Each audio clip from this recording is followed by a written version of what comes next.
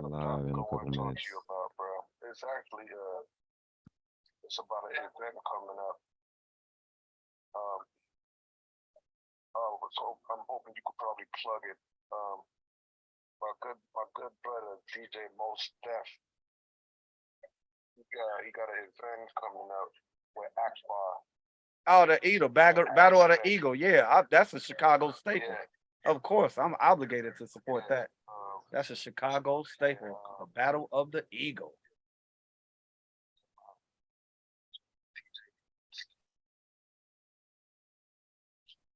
I heard.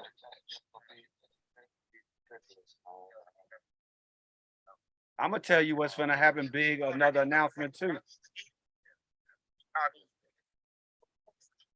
I got a little echo, but for my birthday, it's gonna be a sponsored event with Large Professor and Howie doing his vinyl exhibit. So that's an exclusive. It's coming to Sunday in Pilsen, so that's gonna be real big.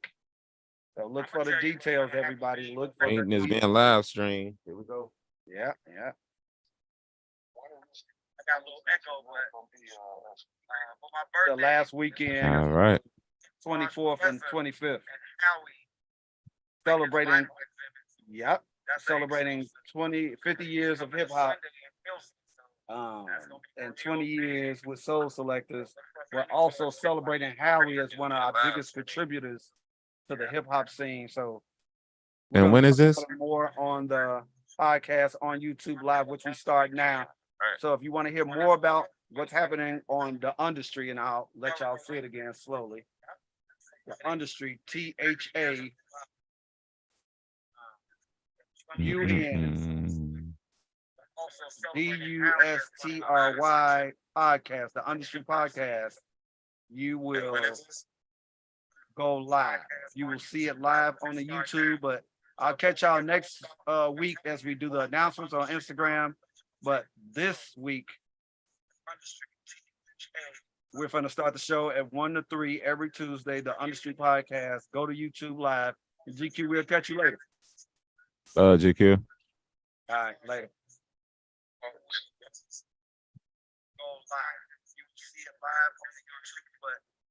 All right.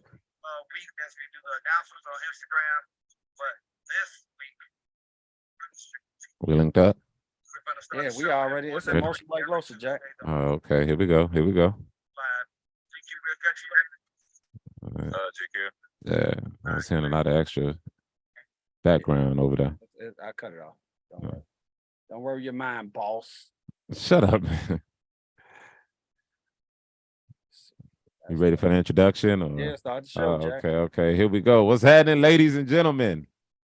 Gentlemen Welcome and to ladies. the UnDustry podcast show. Once again, I am the infamous Jay Banks, and I got the #1 local soul DJ provider, SP1.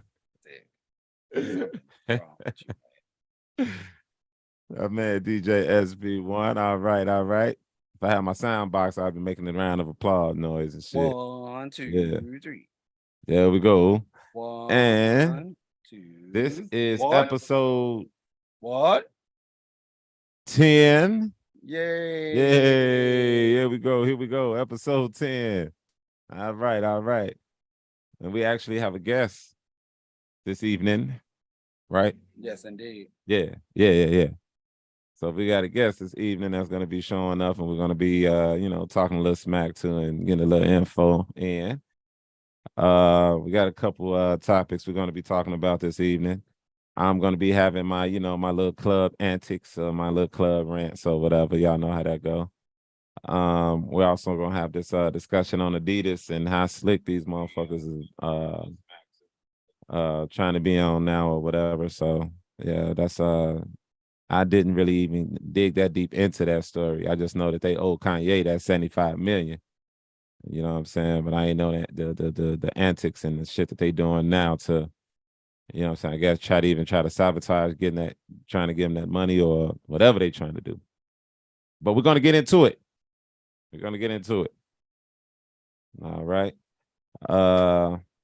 Restaurants, we're gonna get into that. breakfast place that I went to, very delicious. I'm gonna give you guys a heads up on that. We're gonna talk a little shit on that. But yeah. So it's gonna get this cracking. DJ SP, you want to start it off? Hey, what's happening? I'm here. Episode What's 10. happening? Episode 10. All right. So did you want to go off the topic with the Kanye shit or No, let's my do our little... regulars. So what happened in the club this week? Oh, okay. Gentlemen, not judging or anything, but don't come in the club with attitude when you wearing a motherfucking man purse. All right. What the fuck? What my man called in The Hangover, a satchel. You know what I'm saying? Like, you get offended because I'm required to check all bags. You know what I'm saying? And I checked your girl purse. It was cool. But now all of a sudden, oh man, you not already put the wine down there, man. You know ain't nothing in there. Nigga, open up your man purse and shut the hell up. You know what I'm saying? Like, this is stuff that I'm required to do. This is my job, homeboy. And what you doing walking around here with a motherfucking man purse anyway? I know what you're carrying in there. I don't care about that. You know what I'm saying? So, some of you guys, man, y'all need to relax, man. You know what I'm saying? I mean, you don't have to act extra masculine because you're wearing something that's possibly a little feminine. You got it across your shoulder and shit. This is a unisex society. Might as well, yeah. Go ahead and wear a skirt too while you at it. It's You know a what I'm saying? unisex society. They do. Motherfucking skirt with the Besides the skirt in Irish front and the shorts in the or back. Scottish, is it the Irish or the Scottish that wear The kilts. kilts? Yeah. I can understand how old folks get and really just don't give a fuck no more because this world is starting to become real different to me. And that's maybe because I've already been in this earth for 47 years, but it's getting different. And I'm feeling a certain way about certain shit now. So now I really do understand how old folks be when they be mad and be in their feelings about certain shit, because this is a world that's turned into something that I'm not accustomed to, and I'm having a hard time adjusting. Oh, so please okay. excuse the fuck out of me. You know what I'm saying? Again, we are on YouTube and we are live on YouTube, and we thank the people that have showed up. Please comment, share, subscribe. This is what we do every Tuesday, 1 to 3 Central Standard Time on YouTube, uncovering and revealing topics of our experience in the industry on the UnDustry podcast. Tuesdays, 1 to 3 with you. Yeah. That is one cheesy ass plug you just did, boy. Sound like the motherfucker. That was that little cheesy ass car insurance commercial that we all hated, but we still watched. I have something for you. Motherfucking eagle land on the car and land the egg on the car. And he's my friend. That was the wackest motherfucking car insurance I ever seen in my life. But yet we couldn't miss it. The Ego Man. Right. You remember that shit? That corny shit we couldn't stand, but we still watched the motherfucker. I ain't understand that shit, man. Television, boy. Had our minds fucked up. So Jay has a problem with the new style of wearing pouches and carrying designer bags for men, walking in the club, getting upset that another a guy is checking him for his bag. Has a problem with his man essentials. What you got in the bag, man? What you got in the man purse? Oh, just your man essentials? Okay. What will be in the man essentials? Because they pants tight, right? Weed. Okay, and their just pants. Weed and some lighters, motherfucking. And then when they outside, they little toys or some shit. They little tutu, they little deuce. You know what I'm saying? Like they little extra skinny leggings and shit. With they little, pink and neon green dunks and shit. They little Nike dunks and shit. You know what I'm saying? I mean, they doing their thing. They doing their thing. You know what I'm saying? Colorful dreads and shit, pent up in buns and everything. Got their little man buns and shit. Hey. Got your dreads curled up. Yeah, so here's my question. They doing their thing. Does the average dreaded for fashion person have curlers at the house to curl their dreads? Or do they go to the shop and get them curled? And then do they put them in that little, remember the women used to have a little curler that bend up? Oh man. I don't know, man, but I'm not trying to ruffle no feathers with the dreadheads, man, because you know I got So a you lot of go to your dreadheads buddy in my house who family. got dreads, I love my family and they and he got dreads, all so his they can rock curlers that set shit. out on the sink. Mousse and spritz and shit. Vidal's Sassoon hair conditioner. We Hey we man, we just having fun. We just having fun. my experience this week with the nightlife and the venues. It's the same thing every time. Just the promoters or women who are decorating the venues, they just never have any assistance or unreliable help. And I love that women are entrepreneurial and they're inspired to, but they have to put in labor costs. You can't carry this equipment. Just forget about it. If you got to decorate 10 or more tables, you got to hit some stairs. You got to, get that equipment and turn it over and flip it. And you got to do more than place settings and dropping linen. So I feel that's a discussion that needs to be had as you open your business. The essential things of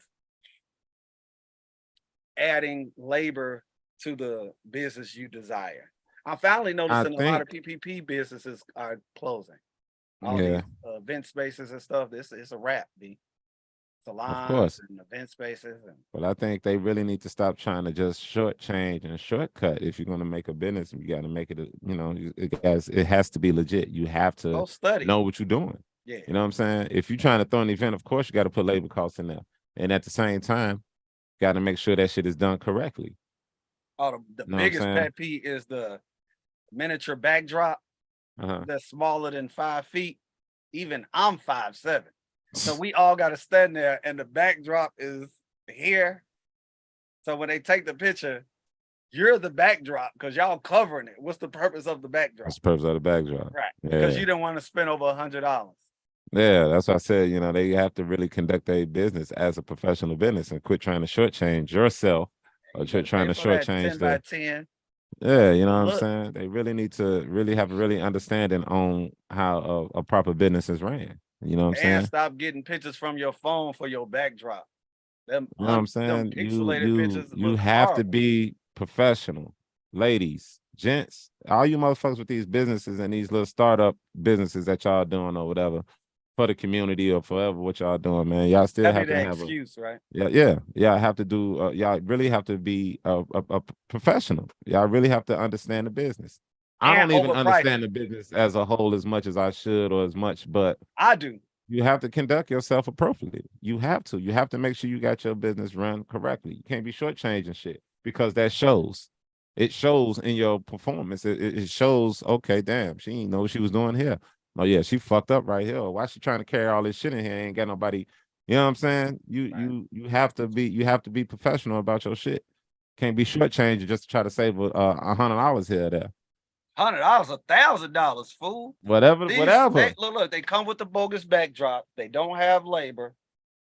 Then they turn around, expect for whoever's at the venue to assist them.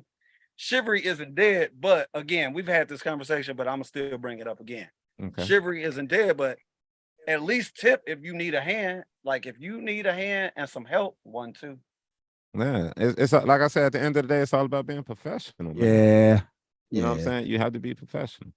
Yeah. I went to bed if they had an event for a motherfucking corporate event. I bet you they have motherfucking. Oh, they wouldn't be hired at all. That check will be. You know what I'm saying? I'm just saying, lawsuit. Like your whole, your whatever your profession is, man. You got to make sure that profession is progressed in every aspect of nationality, races, whatever. You have to keep that professional. You know what I'm saying? You have to stay professional. You have to be on your business. Oh, man. these people only paying me this, so they only gonna get this. And then they overcharge, G. Oh, man. They overcharge. That's bogus. Your shit, man. And then they got the chair covers that's wrinkled. Yeah. And the old stains on the chair covers. Yeah, you know what I'm saying? The old chewed up gum and shit, little spaghetti stains and shit. Hey, go wash that shit. COVID's still out here, man. Couple little crumbs of ground beef with the taco seasoning the from boogers a Taco from the Tuesday shorties. event. Hella boogers on your linen. I'm saying from a Taco Tuesday event, you got a little extra seasoning that you didn't clean off the motherfucking chairs and shit. Boy, you don't know how to put up a backdrop stand, so your pole's bending and flimsy. You know what I'm saying? All that old shit, man. Your backdrop stand got pencil legs. It's just wobbling the whole event. It's just wobbling the whole event. Crazy as hell. Drinks and shit shaking and tilting over a little bit. You gotta hurry up and drink a little bit down before you put it on this wobbly ass table. Boy, You know it's gonna move a little bit, but you don't want the drink to fall, so you gotta drink something up and make sure some of it don't spill on the table and shit. I'm gonna tell you what they hitting them hard for on the cash though. Them What's goofy that? ass letters that say prom. Yeah. Boy, Yeah. they charging a grip just and come back and steal the letters, get the letters like they really, these foam letters are like plywood letters is something, but I mean I can't, they sell them like, okay, your sister does the 360. The normal price for that is like 150, 200 for a 2-hour rental. That's regular. So that's always at the event. And then it's the alphabets, 2023 grad. They only buy 4 letters a piece. They don't do nothing more. Okay. Grad, prom, 2023, 2023, but they be hitting their ass for like $200 for this foam shit. You can get it on Amazon. They got it on Amazon. I just say buy it yourself. I mean, it's work putting it together, but I guess if you don't want the labor of putting it together, got to get a U-Haul to bring it back. But that's the point. Why? So just the letters? Man, yeah, those some big old letters. They about 4 feet, 3 feet high. Yeah. Hit you with the prom, grad 2003.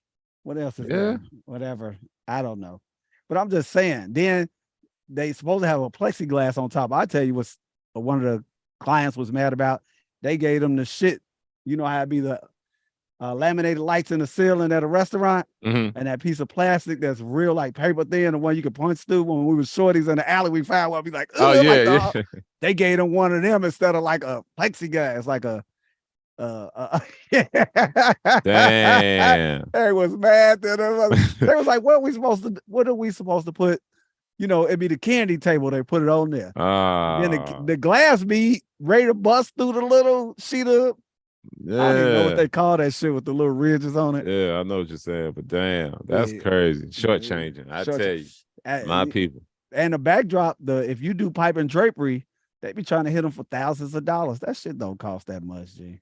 Man. Pipe and drapery, we used to help with that. So yeah, but in certain places, that's what it costs. Yeah, that's what they do. So I guess she'll be showing up in about 3 minutes, 2 or 3 minutes. All right. By this being our 10th episode, we want to make sure we have a guest every week. We have Ants 13 planned. We have Ticey Bell planned. We have several different people planned to discuss their business, their association in the industry, our experience with them.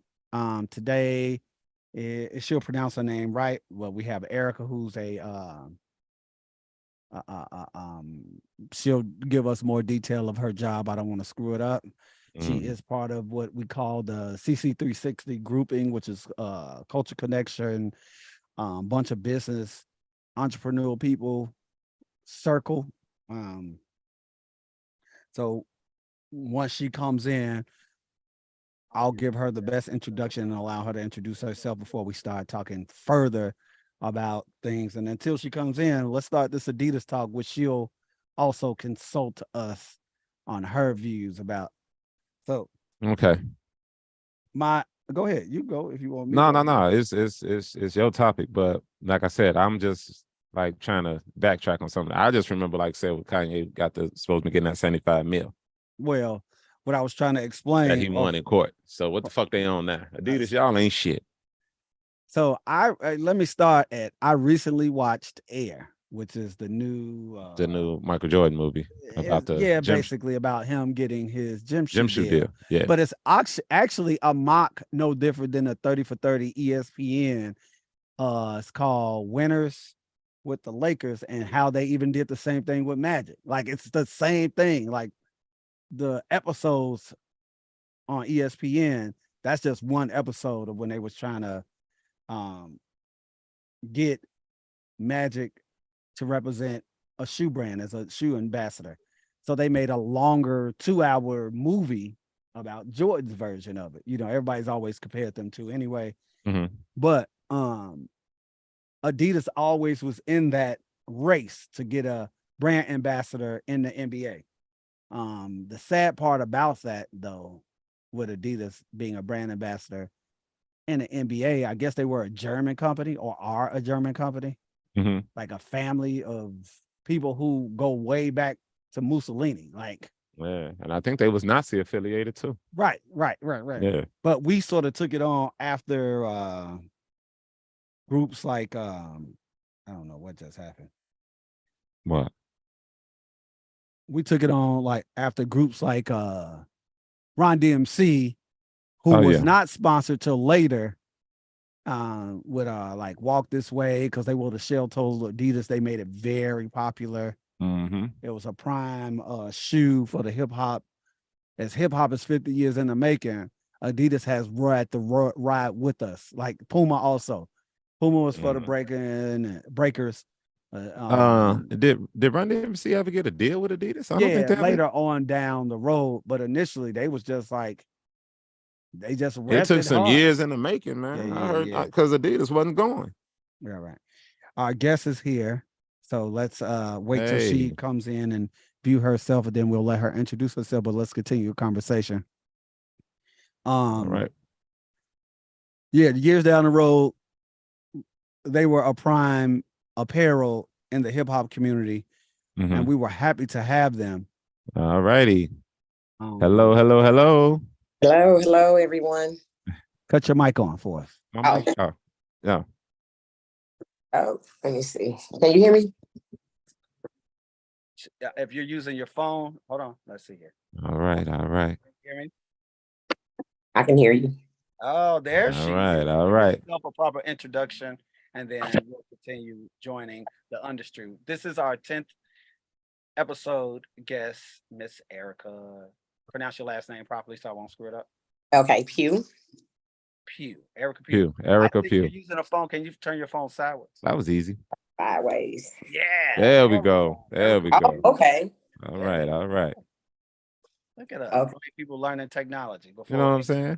Right. Yeah, already probably taking over. your head cut off, but you're here with us, and your lovely blouse dress. With Okay. Is that And that's better? very Yes. vivid colors, you know what I'm saying? A nice blend. You know, reminds me of the Caribbeans. Okay. You know what I'm talking about? Thank So Erica, we've met before, but I'm gonna introduce the show, and then you'll introduce yourself. This is Jay Banks, our host, who brought up the and invented or the craft of discussing our experience in the industry, like food, restaurant, clubs, touring, event spaces, just all the above. From bodyguards to bartenders to DJs, etc., owners, event spaces, and me, co-host SP1. Mhm. Happy to have you here on the Understreet Show. Introduce yourself, and then we'll go from there. Okay, thank you for the introduction and nice to meet your host. Again, my name is Erica Pugh, and I am my day job. I am a licensed clinical therapist. So if you guys know anybody looking for mental health counseling, to hit us up at the Resource Education Center, located at 400 West 71st Street.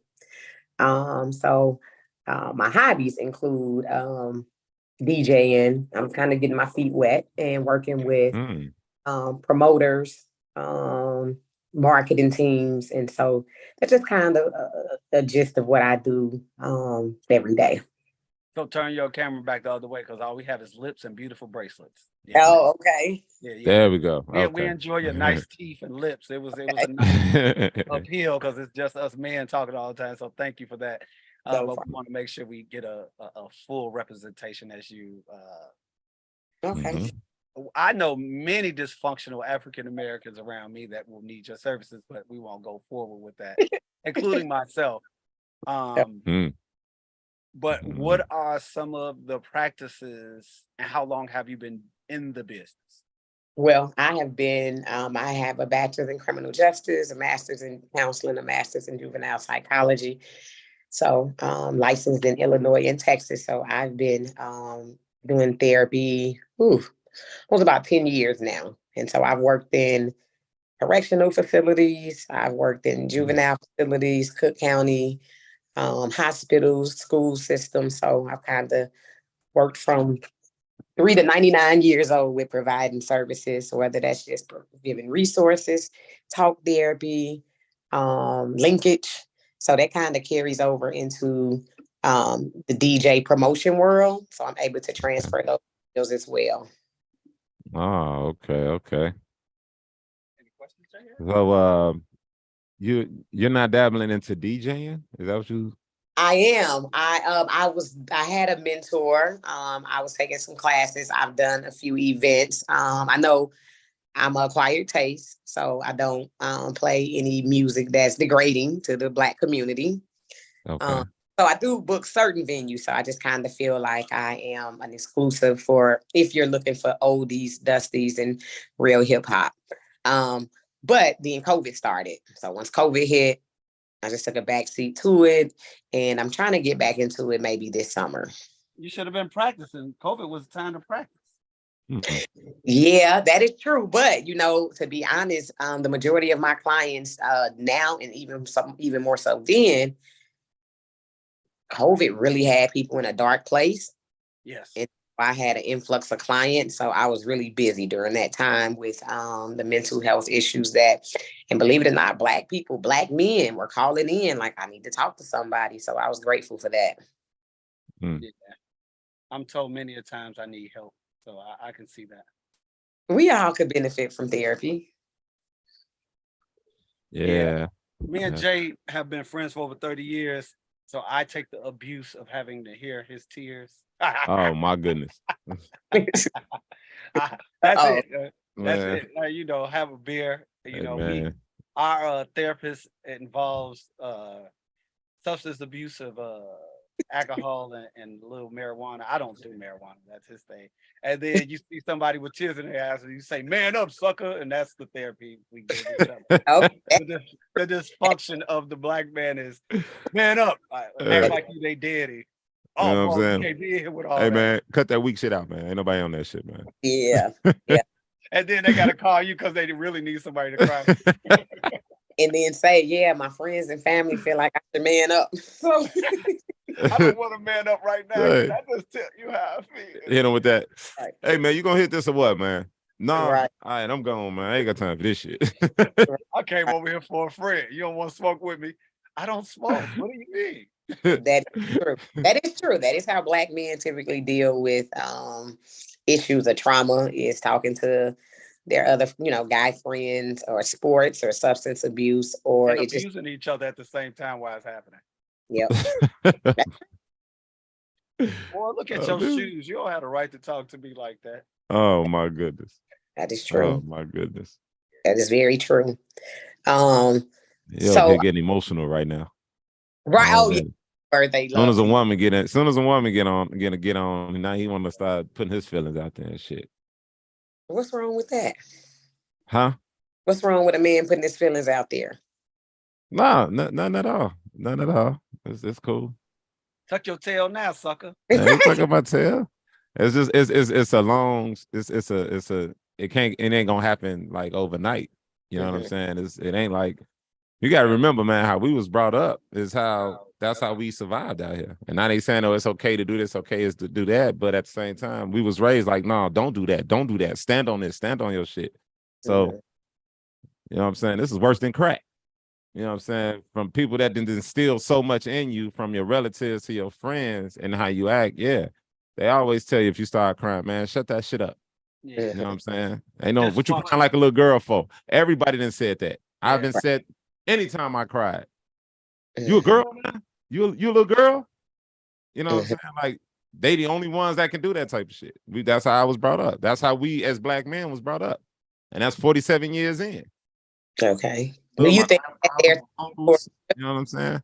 She had a question. Yes. do you think there's a time? Do you think that's time for a shift, or for it to be more balanced, where you don't have to express every emotion that you feel, but expressing some emotions is the balance between old school and new school? Before he started, I'm gonna let him think. I took a young father's class.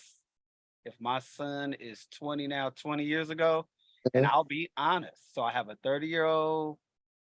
Austin would be 23, and a 20-year-old and a daughter. I didn't know to hug my boys until I took that class.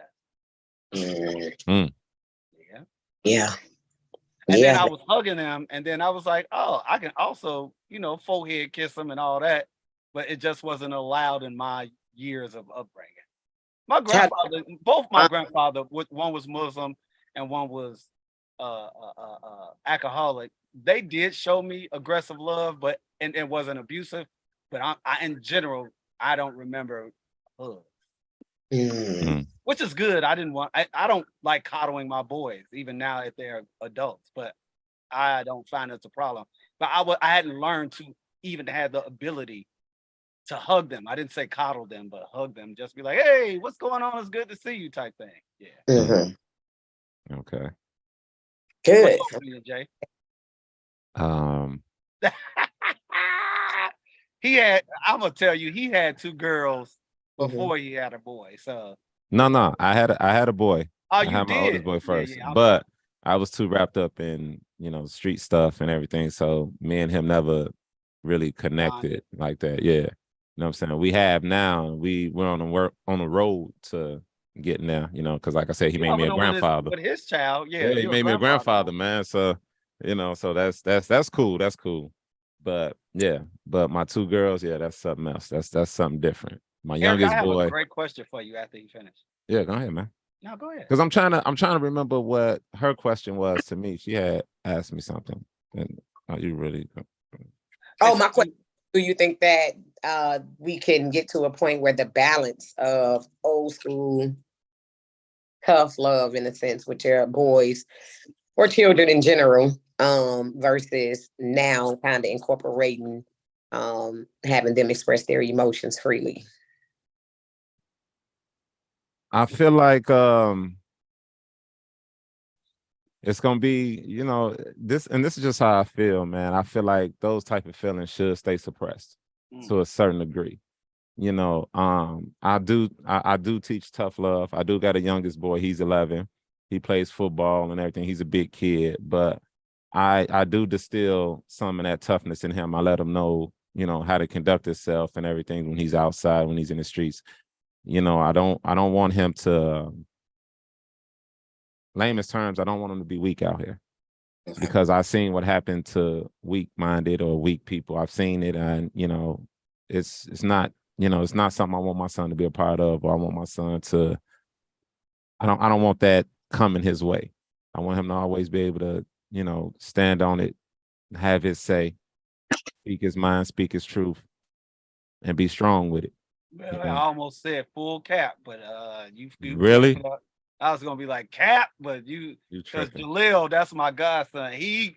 When me and him around each other, we be good, Comic-Con, he express himself, and it might be. And I've seen him and Jay bond, especially like come from a game. Boy, it was good. And yes, he said tough love, so that's why he cleaned it up. I was like, all right, yeah, that's good.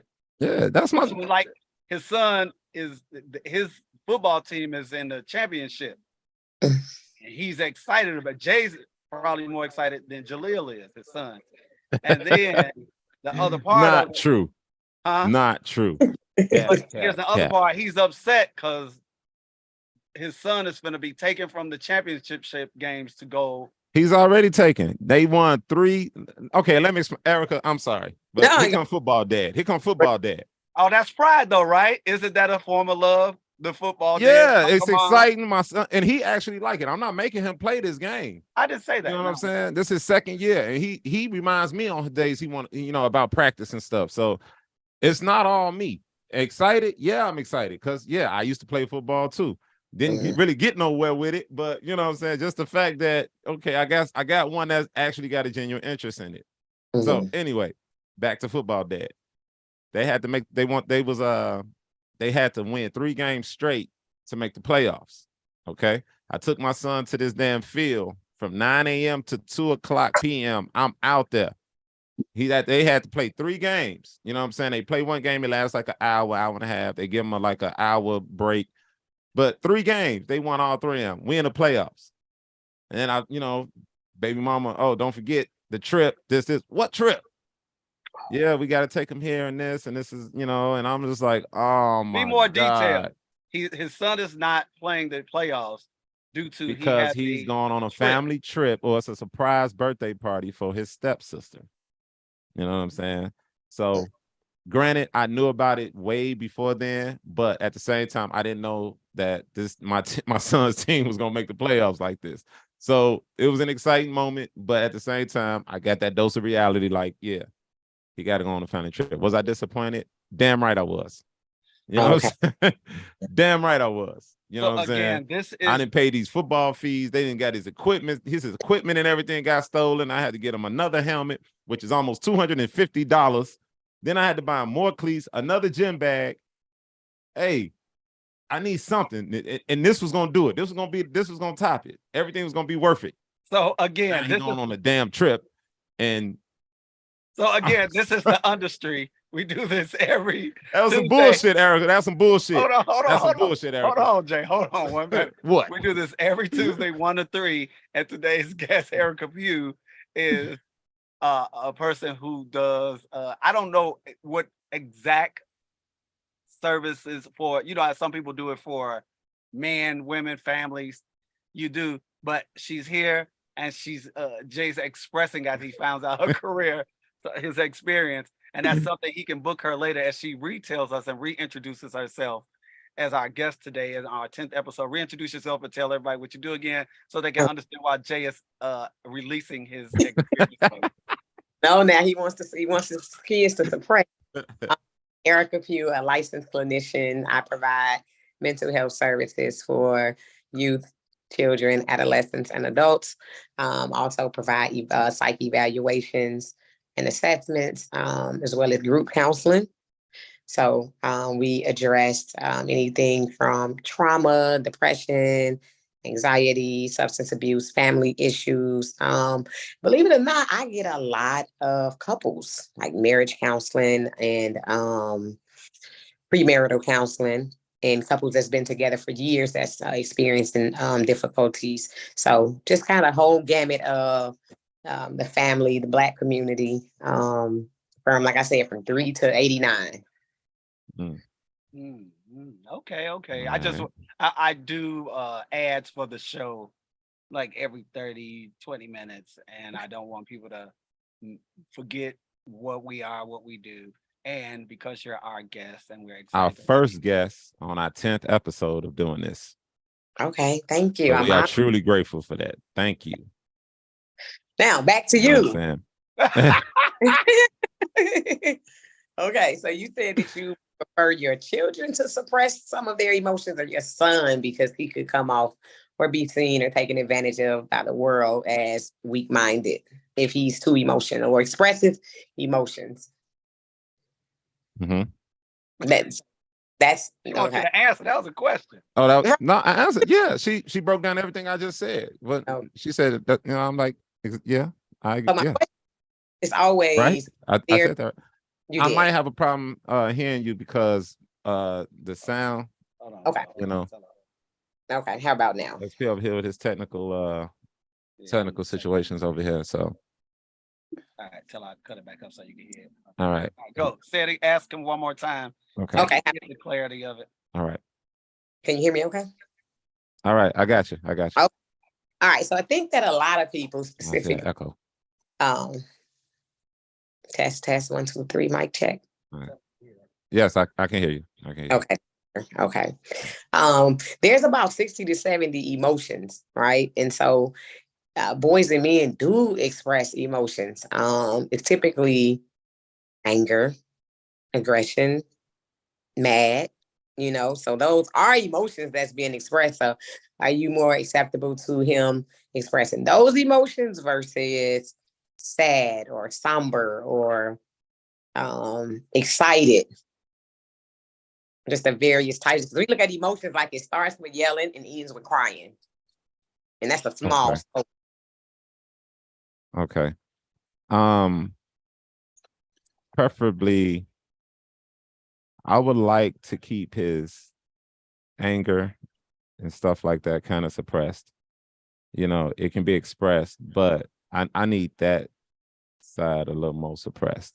His excitement and things of that nature is pretty somber. You know, he likes what he likes and he does what he does.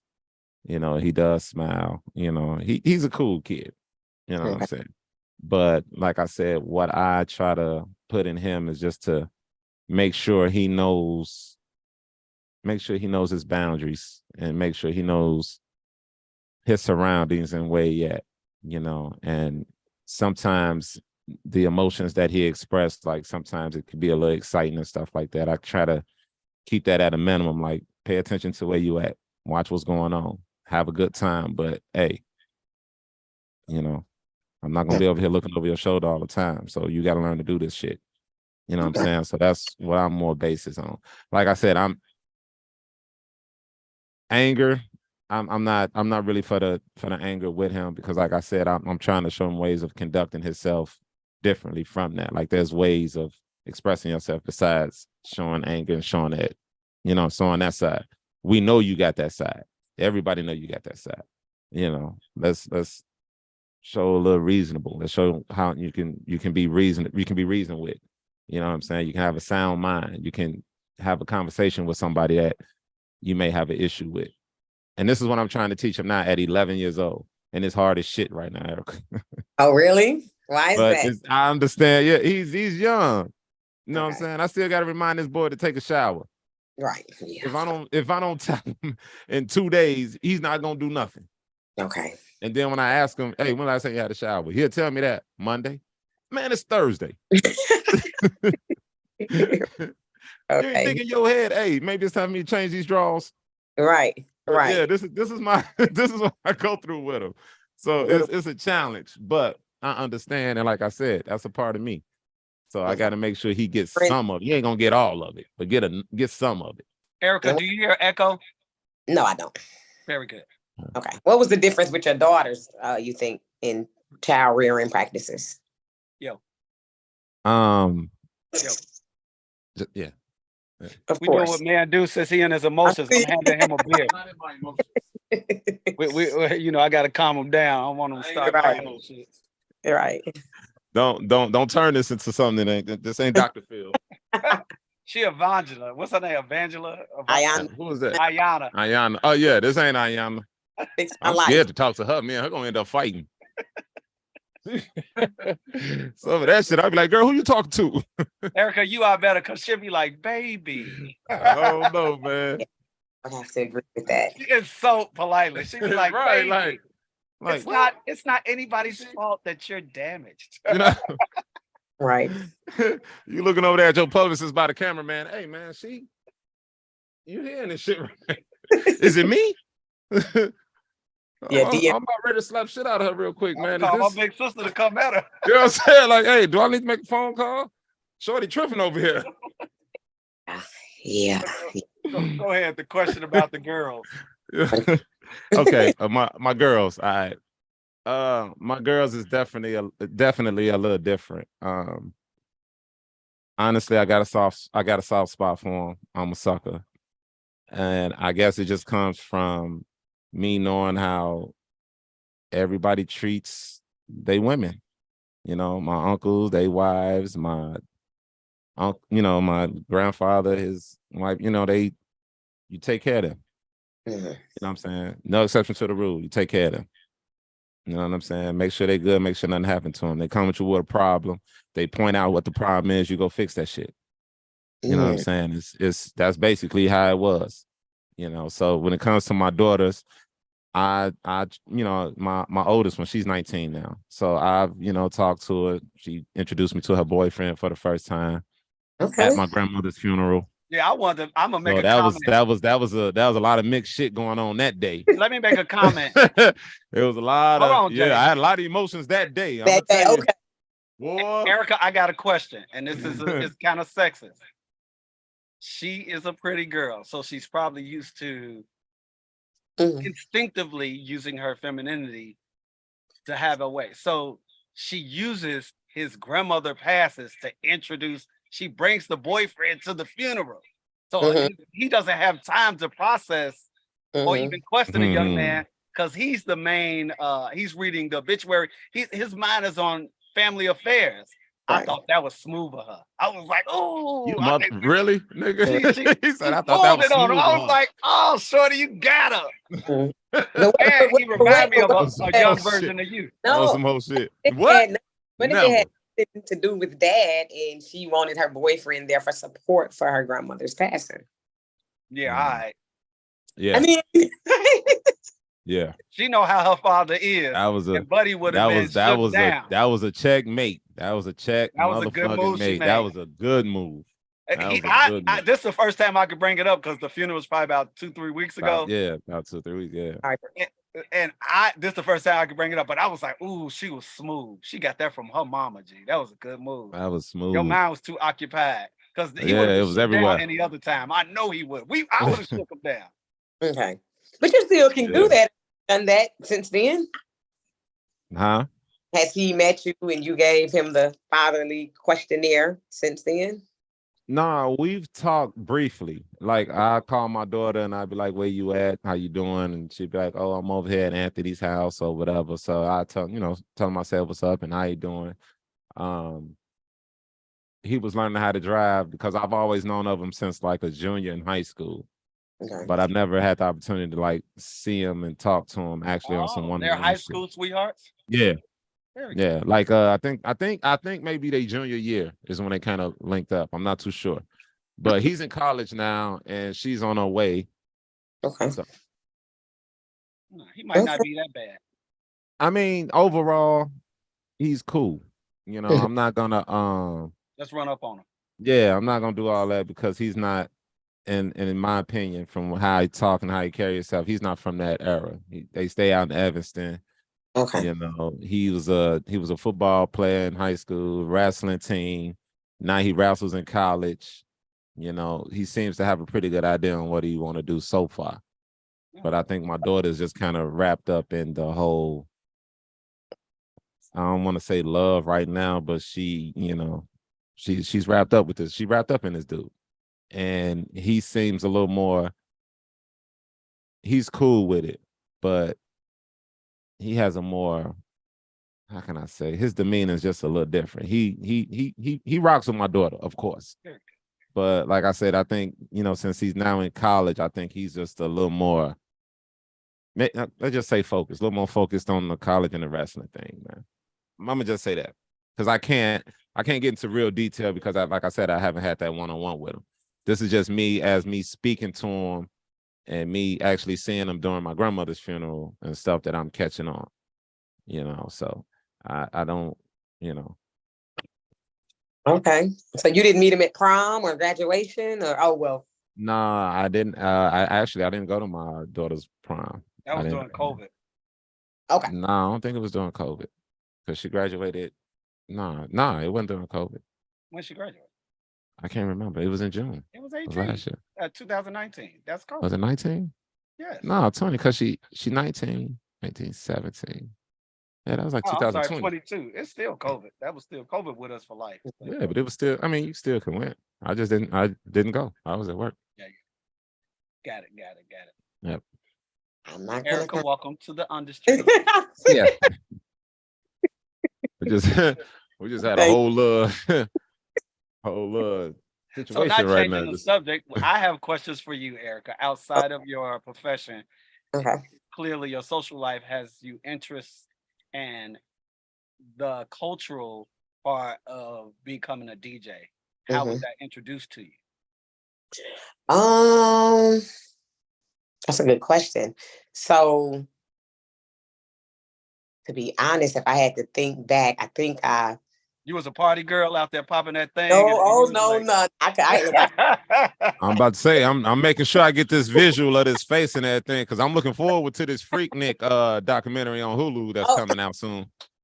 I'm sure finna clown some. I'm gonna clown a few because wait. Now you ain't here, are you? Huh? No, I'm a little bit younger than that. So I think I first fell in love with hip hop. I think it was the Fugees' Killing Me Softly. So when I saw that, I was like, wow, who is this group? Who? And then they also had like a reggae sound, and then they had this look of, Haitian, say that Yeah. again. Haitian. Yeah. Wyclef Jean. Wyclef and Lauren and Praz, and they just was so different than what I had been used to seeing. And so I think there was the first time. And then the second time that an album really made an impact was obviously Score and the Miseducation. But believe it or not, even though I think he's lost his mind, the College Dropout. Because at that time, hip hop had went south. Like it had went from like what's that group out of New Orleans? Cash Money, and then Oh yeah, Cash Money. No Yeah. Limit. They went to Atlanta. And so Mhm. I just didn't want to lose that sound of A Tribe Called Quest and those earlier groups that you felt the soul and jazz over hip hop beats. So that's what made me get into DJing, is I didn't want to lose that sound, and I still wanted to introduce it to people who may have not heard it, or just to remind people that this is still out here. And then I come from the cultural hip hop, not the music side. I am a DJ by trade. So as you're introduced through the music and in an era which will be called the golden era, the 90s, that boom bap golden era, were you introduced to vinyl, or were you introduced to CDs, or were you introduced to Serato? What was your introduction to the equipment side? Well, Serato, I had this big, it was heavy, this big Newmark, I want to say 600 or something. And every time I would pull up, I would have this heavy mixer and these speakers, Behringer, don't get Behringer speakers. And so I liked that machine, but it was heavy. So now I've moved over to a smaller one piece, a Pioneer. So I'm a baby. I probably don't have sure you got the vinyls, the big setup, but no, I'm just dealing with a Pioneer right now. So do you allow, so for me, it has become my sanctuary in therapy and also entrepreneurial option for me at the same time. Like I could be here with my records and be somber and alone for weeks. Like during the pandemic, I had no problem. It just gave me time to organize my records and sort of catalog things. But also I got to learn more Serato tricks that I do. I go from video DJing to vinyl real fast. Oh. I got to home in on the craft more. Where do you think you stand now since you've been introduced to it? Yeah, I'm not that advanced. I still just use It's a hobby still. Organize my craft. It is because I don't have a lot of time with my career on top of You be helping people like Jay grow the business. Hey, man. Right. So I do, but I am looking forward to this. For the record, she's on our podcast. All right.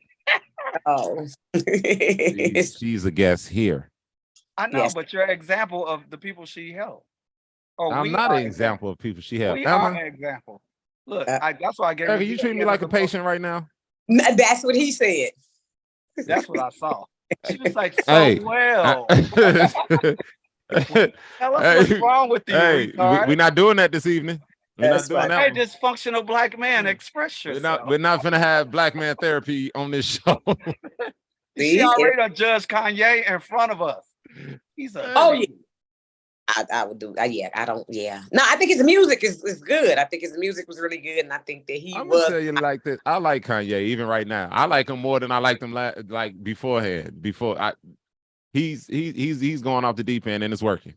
So here's my. I don't. It's a method to his madness. He's doing all this for a reason. So here's a conversation for today's subject. If you would like to join with us, it does involve Kanye and the Adidas.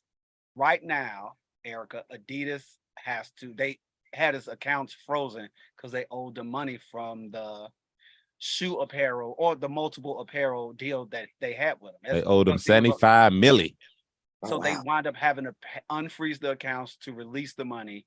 He finally gets it. He put the lawsuit through. But in the act of them having to pay him out, they did one social media issue and one, what we would say, financial reprised to fix their business. They fired thousands of employees, all in the same time of paying Kanye. And then for Pride, they put a man in a women's swimsuit and did a big out to sell the swimsuit to women with his sacks in it looking like a camel toe to provoke mostly pride, like man can be open. Everybody's questioning, why didn't Adidas just put a woman in there? Why would you take that away? Swimsuits is a woman thing, no matter what I call the plus LGBT community, the plus community, no matter what the plus community does, because I don't want to take anything from them. That's their world. That's not mine. Just like Black pride or Jewish pride, don't try to insert yourself into a mindset you can't fathom. And I feel bad for the pride community or the plus community if one of them was in a room allowing that to happen, to let some man put on a woman's swimsuit and have his kahunas like a camel toe representing a brand that has been represented. You know, they tried to get Jordan, they tried to get Magic. All these people, Kanye reinvented them with recyclable shoes, and the urban community will buy them in the hundreds and reselling them. All I could say is stay focused on your children, man, because when Caitlyn Jenner won Woman of the Year, I pretty much gave up after that. Like, what is this society coming to right now? Like, what is the narrative they're trying to push? And they're going to continue to push, and they're going to keep pushing. So stay focused on your kids, man, because this world is, sometimes I even say that shit, like, I'm just not from this world no more. Again, going back to Kanye, as you're talking about his children's grandmother, grandfather, grandmother, whatever. Yeah. See? His grandmother, Yeah. grandfather. Yeah. Well, step grandmother, step grandfather. So Yeah. that's the whole question. We can say what we want about the young man who mother told him he can do everything. Mother's a dean of one of our most esteemed colleges that represent one of our most esteemed Black city metropolitans. Chicago is, you know, in there with DC, in there with Atlanta, in there with Texas. If a woman like that tells me no one can stop me, I'm king, and every time I do something and people say something bad, I still am rewarded for my antics, why would he stop? Why would he stop? You as this being part of your profession, why would someone like him ever stop? And then his mentor being Trump, why would he sees a clown become president? Why wouldn't he think he can become president? I don't think it's antics. I think that he has some mental health issues that it seems like he's engaged in his treatment sometimes and then he's not. So from a therapeutic perspective, I think that he is great and he makes good music. But in terms of his behavior that causes him to have highs and lows and mood swings or what may look like tantrums are just characteristics symptomatic of his diagnosis that, again, it appears that he goes in and out, more so out of treatment, if that's talk therapy, medication, whatever that may be. He just seems unstable sometimes. So I think from have my DSM actually sitting right here by me.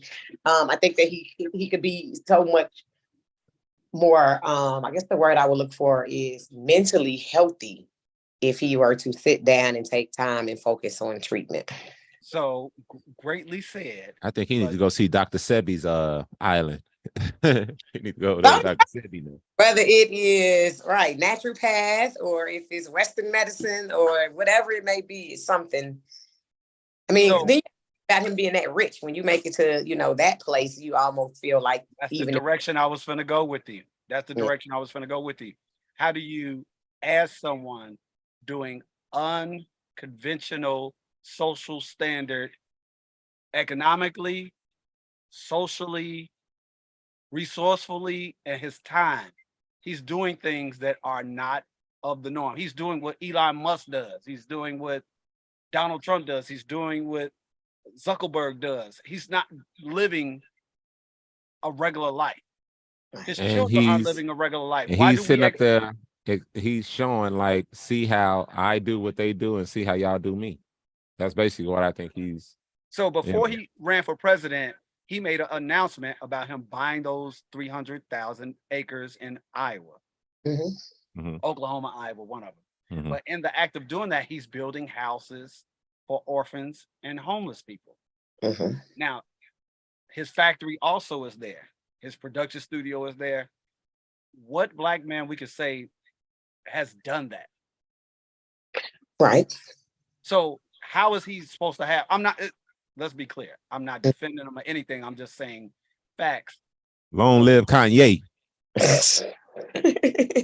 Long How, live. how I are we love suppo- it. I fucking love it.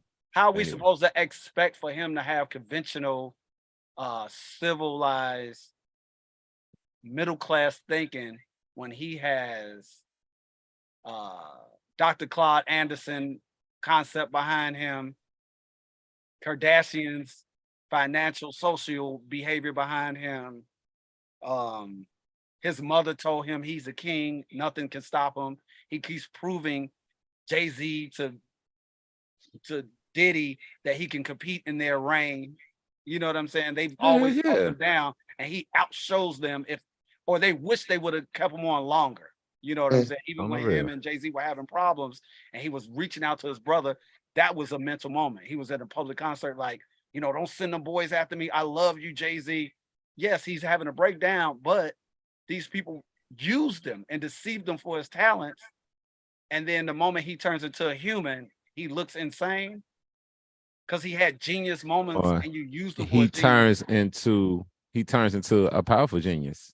Not What? only can he talk that shit, but he got the financial backing. He's a billionaire. What can you say or do to me now? That's what I'm saying. I'm asking you, Erica, why do we expect for him to be conventional? Well, I wouldn't use the word conventional, but I would use the word consistent.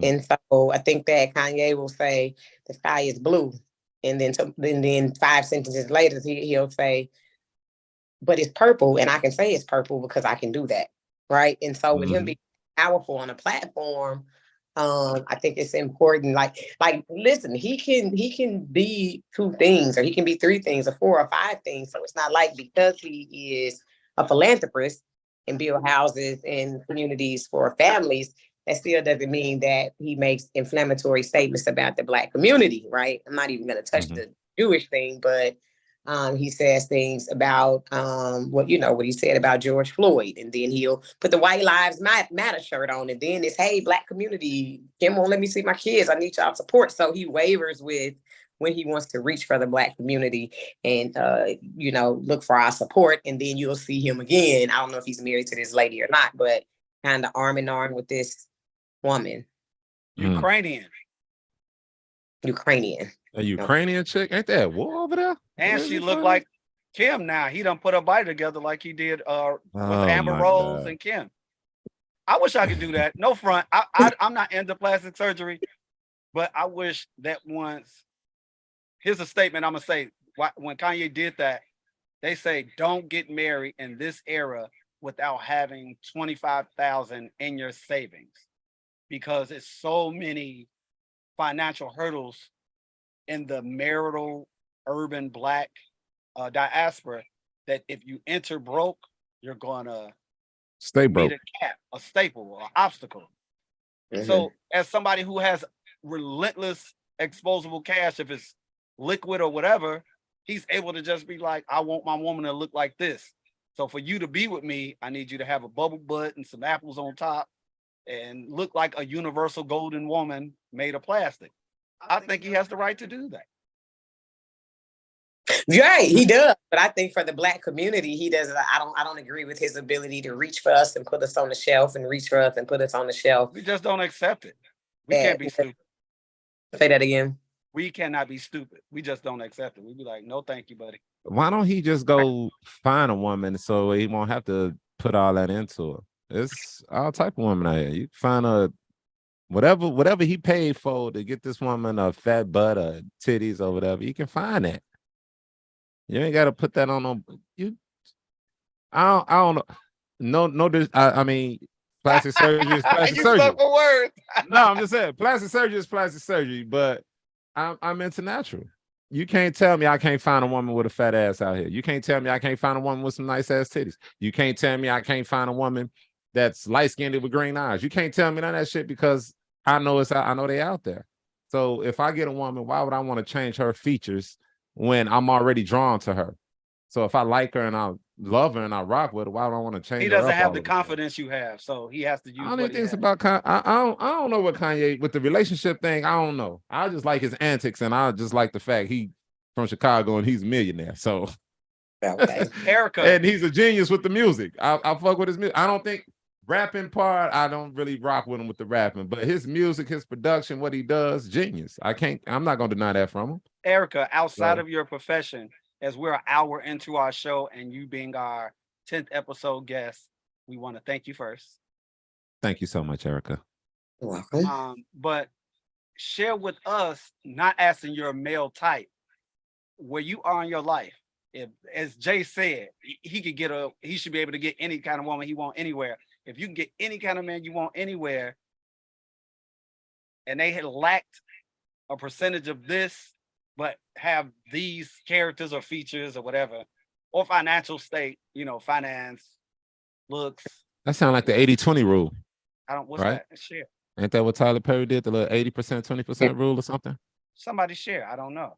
You never saw that? It came off a movie. It's a movie he did. Why did I get married? Why did I get married? Yeah. So with that being said, as a woman, is it okay for you all to help build something up that you think is missing in a man?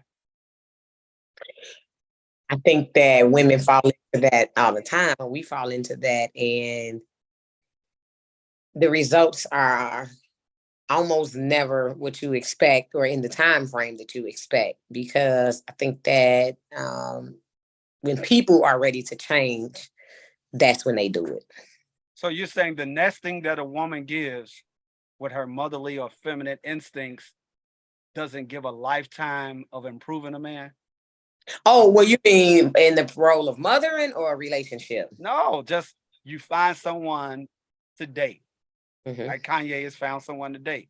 Mhm. And because he wants NDAs, he probably immediately marries them because he has a financial cap. And there's so much goes with that. So he said, let's get married. I'm gonna roll with you. You might be into whatever sexual things that I desire. If it's you, we're gonna get married because we live in America. Boom. Mhm. As a woman, I'm saying you get a guy, or you get whatever you're into to get Mhm. married. I don't know what you're into. We're not going there.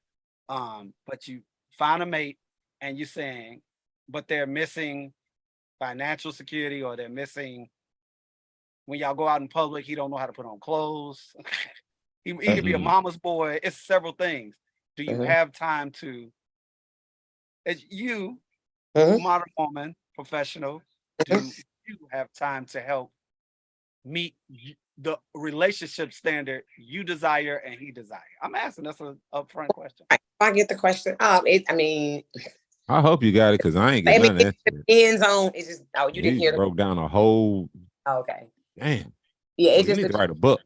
It just depends on what, how far the man is and what it is, right? Like if you got a 300 credit score, yeah, we can probably put you on some type of plan to help you improve that. But then the other side of that is he may just have a spending problem regardless. And 2 years later, he still has not, the credit is not positive and he's making the money, but he's just not spending it the same way. So if a question for me, no, I wouldn't take the time to build or pour into. Like, it's certain criteria that has to be met to come into the door with me. You sound polite, but you sound like Jay. Jay wouldn't. Same thing.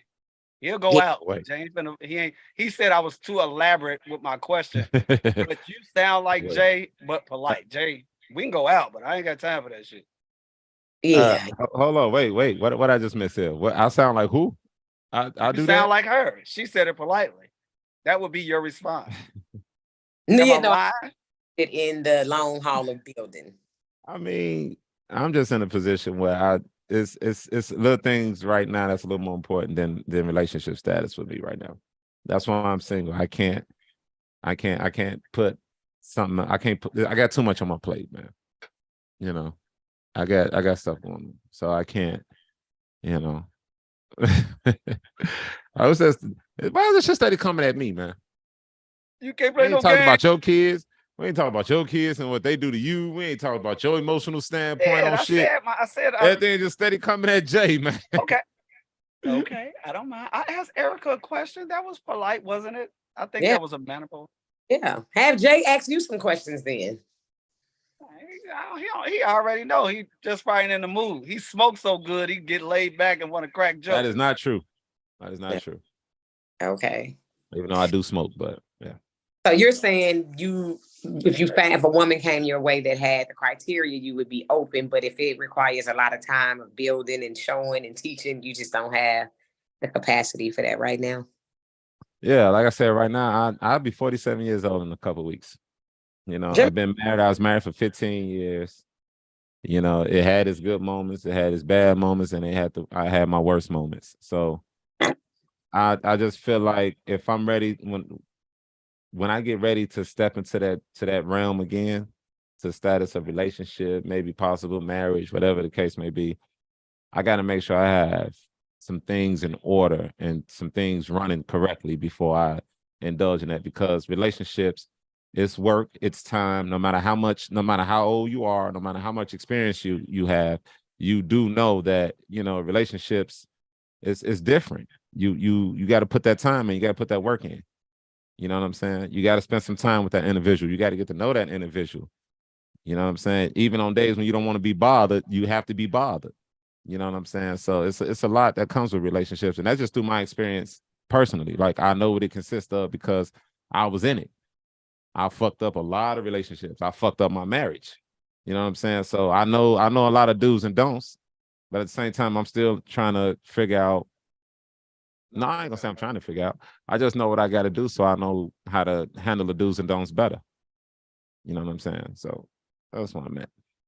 I basically don't want to take a woman or, you know, get in a relationship with a woman when I got a lot of other BS and a lot of other bullshit going on. I owe, if I get the next woman I get up with, I owe her my time and my effort, because that's something that I feel they deserve, because if they want to get to know me, this is what they're gonna know. They're gonna know Again, this how is big the of a heart I UnDustry. got and how I Full am. cap by Jay Banks. I don't want to hear that. Look at him. He out here trying to put his Yeah, resume y'all out steady there want to full question cap. me. I'm steady getting shit thrown at me, but when I throw shit back, okay, go ahead, do your plug. Do Well, the plug. I've never been married, Erica, and I am gonna go for a life full experience in my age of 48. Be 49. Our birthday is a day apart. Yeah, mine on the 26th. His on the 20. No, 20. No, your birthday 28th. 28th. Yeah, 2 days apart. yeah, But we got a buddy in between us. yeah. Big E. Yeah. But with that being said, I thought I was ready before, but I've always told people that I'm suited that I know nothing about marriage, and they offended by that. But I always was upfront. So at this attempt, I'm upfront still. I know nothing about marriage, but I know we have us. You know, so I have to go through this whole sitting down. I've been through this sitting down with the church counselor thing, and it was a turnoff because it was Catholic church when I had to go through that, and that was weird for me. And they were Caribbean. It was like a Caribbean world. I don't understand that whole concept, because we had to go to a pastor for counseling too, and I'm just like, for what? I don't go to this church. I've only known you a couple times. You give me this little questionnaire application. You ask me a couple questions. You read a couple scriptures out the Bible, and you say we're certified to get married, or we can, you know, I think this is gonna work out. You don't know if I lied to you. You don't know if I just, what the hell do you know? And no disrespect to the churches or whatever, but yeah, I had to do that too. We had to talk to a pastor and everything, and I'm not gonna say it ran me away, but it clearly didn't allow me to. it didn't run me away. I got amusement out of it. The pastor wanted me to be a deacon. I said, you don't want to put me in charge of this money and all this other shit that go on in this church, man.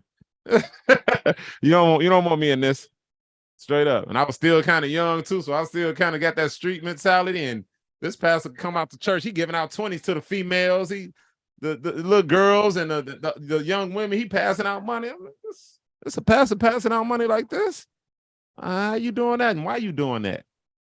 Are you approached for people who are prepared to be married, Erica? We lost your audio. Can't hear you. Okay, here we go. Yes, so a lot of people that contact me are wanting to move away from the faith base or the church based premarital counseling, or even if they're within the marriage. I think that people are coming out of the church and going into the clinician, and not to say that people cannot do therapy, right? Because before being a licensed therapist came about, churches and other avenues, they were rendering counseling services. But when you don't come from the base of whatever particular religion, then you can't necessarily, well, I don't use that as the base of what God wants or what Jesus wants or what Allah wants. So I think a lot of people are moving towards community counseling from a licensed clinician rather than a religious-based internal therapist. Yeah. That's another thing we need to differentiate. Therapist and counselor are two different things. Therapist, like, is a legal word. Like, my documents can be subpoenaed for court, right? I can go testify in court based on the information that I have. A counselor, people can give counsel for various things. Mm-hmm. Okay. Because you're on the UnDustry, we do this every Tuesday, 1 to 3, everyone. Today is our 10th episode. We have Erica Pugh. Did I say that right? Yes. Erica Pugh. Yes. Erica Pugh. Who's reviewing her career in counseling and also having a good time. I'm having a good time with you. She got a list of a whole other gang of shit that she does, and that's the only thing we pretty much, we just gonna say We talked counsel about her overall, DJing, her hobby and DJing. She just added that though. This other stuff that she got going on, and she just put that in DJ. I gotta commend her because I don't have that much in me to be doing all that shit and then say, you know what, let me try something else. Yeah. And I'm trying to do that's let me pick up. And then of all things, you know what I'm saying? Of all things, you want to be you DJing. Yeah. And with your credentials and the stuff that you already, I'm thinking I'm ready to hear like I'm running for alderman or something. You say, hey, I'm dabbling DJing. What? Yeah. DJing now? Oh shit. Let's talk about it. So Erica, let's talk about it. That's great. Insert. That's a great answer. What? Insert. Oh, insert. Transition. Oh, okay.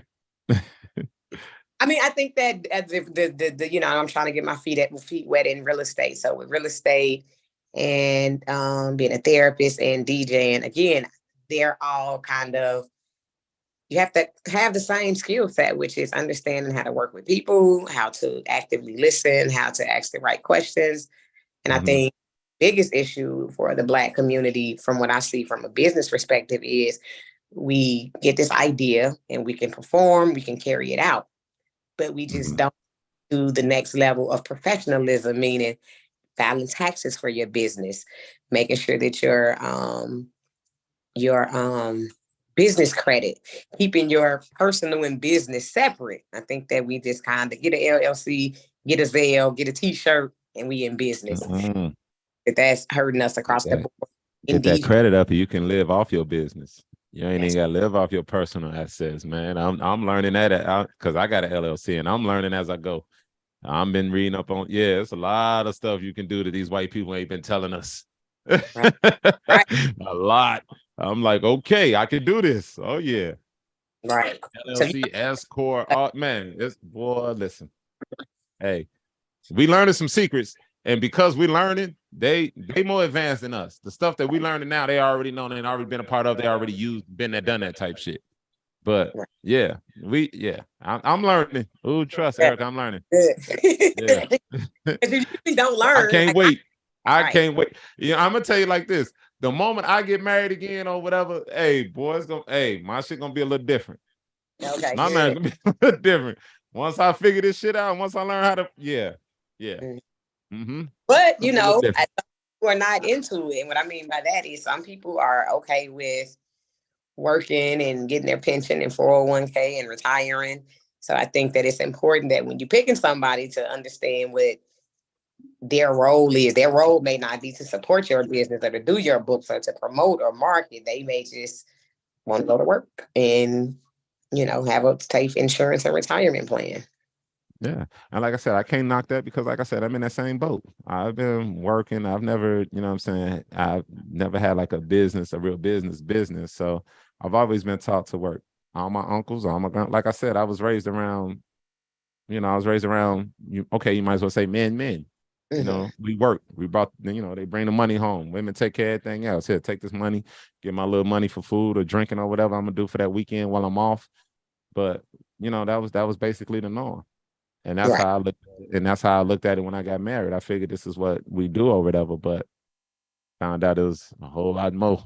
I wasn't prepared for a couple of the things or a lot of things that happened. A lot of other extracurricular things that I was prepared for when it came to marriage. So So Yeah. Erica, I have a question. that's another story in itself, Yeah, and it I mean, has nothing to do with the industry. She was saying something. Go ahead, Erica. oh no, I sorry. was, that has to do with like what you were explaining with your marriage. That's the same way business. Like you make the mistakes once you get in there and be like, oh, Exactly. I have Exactly.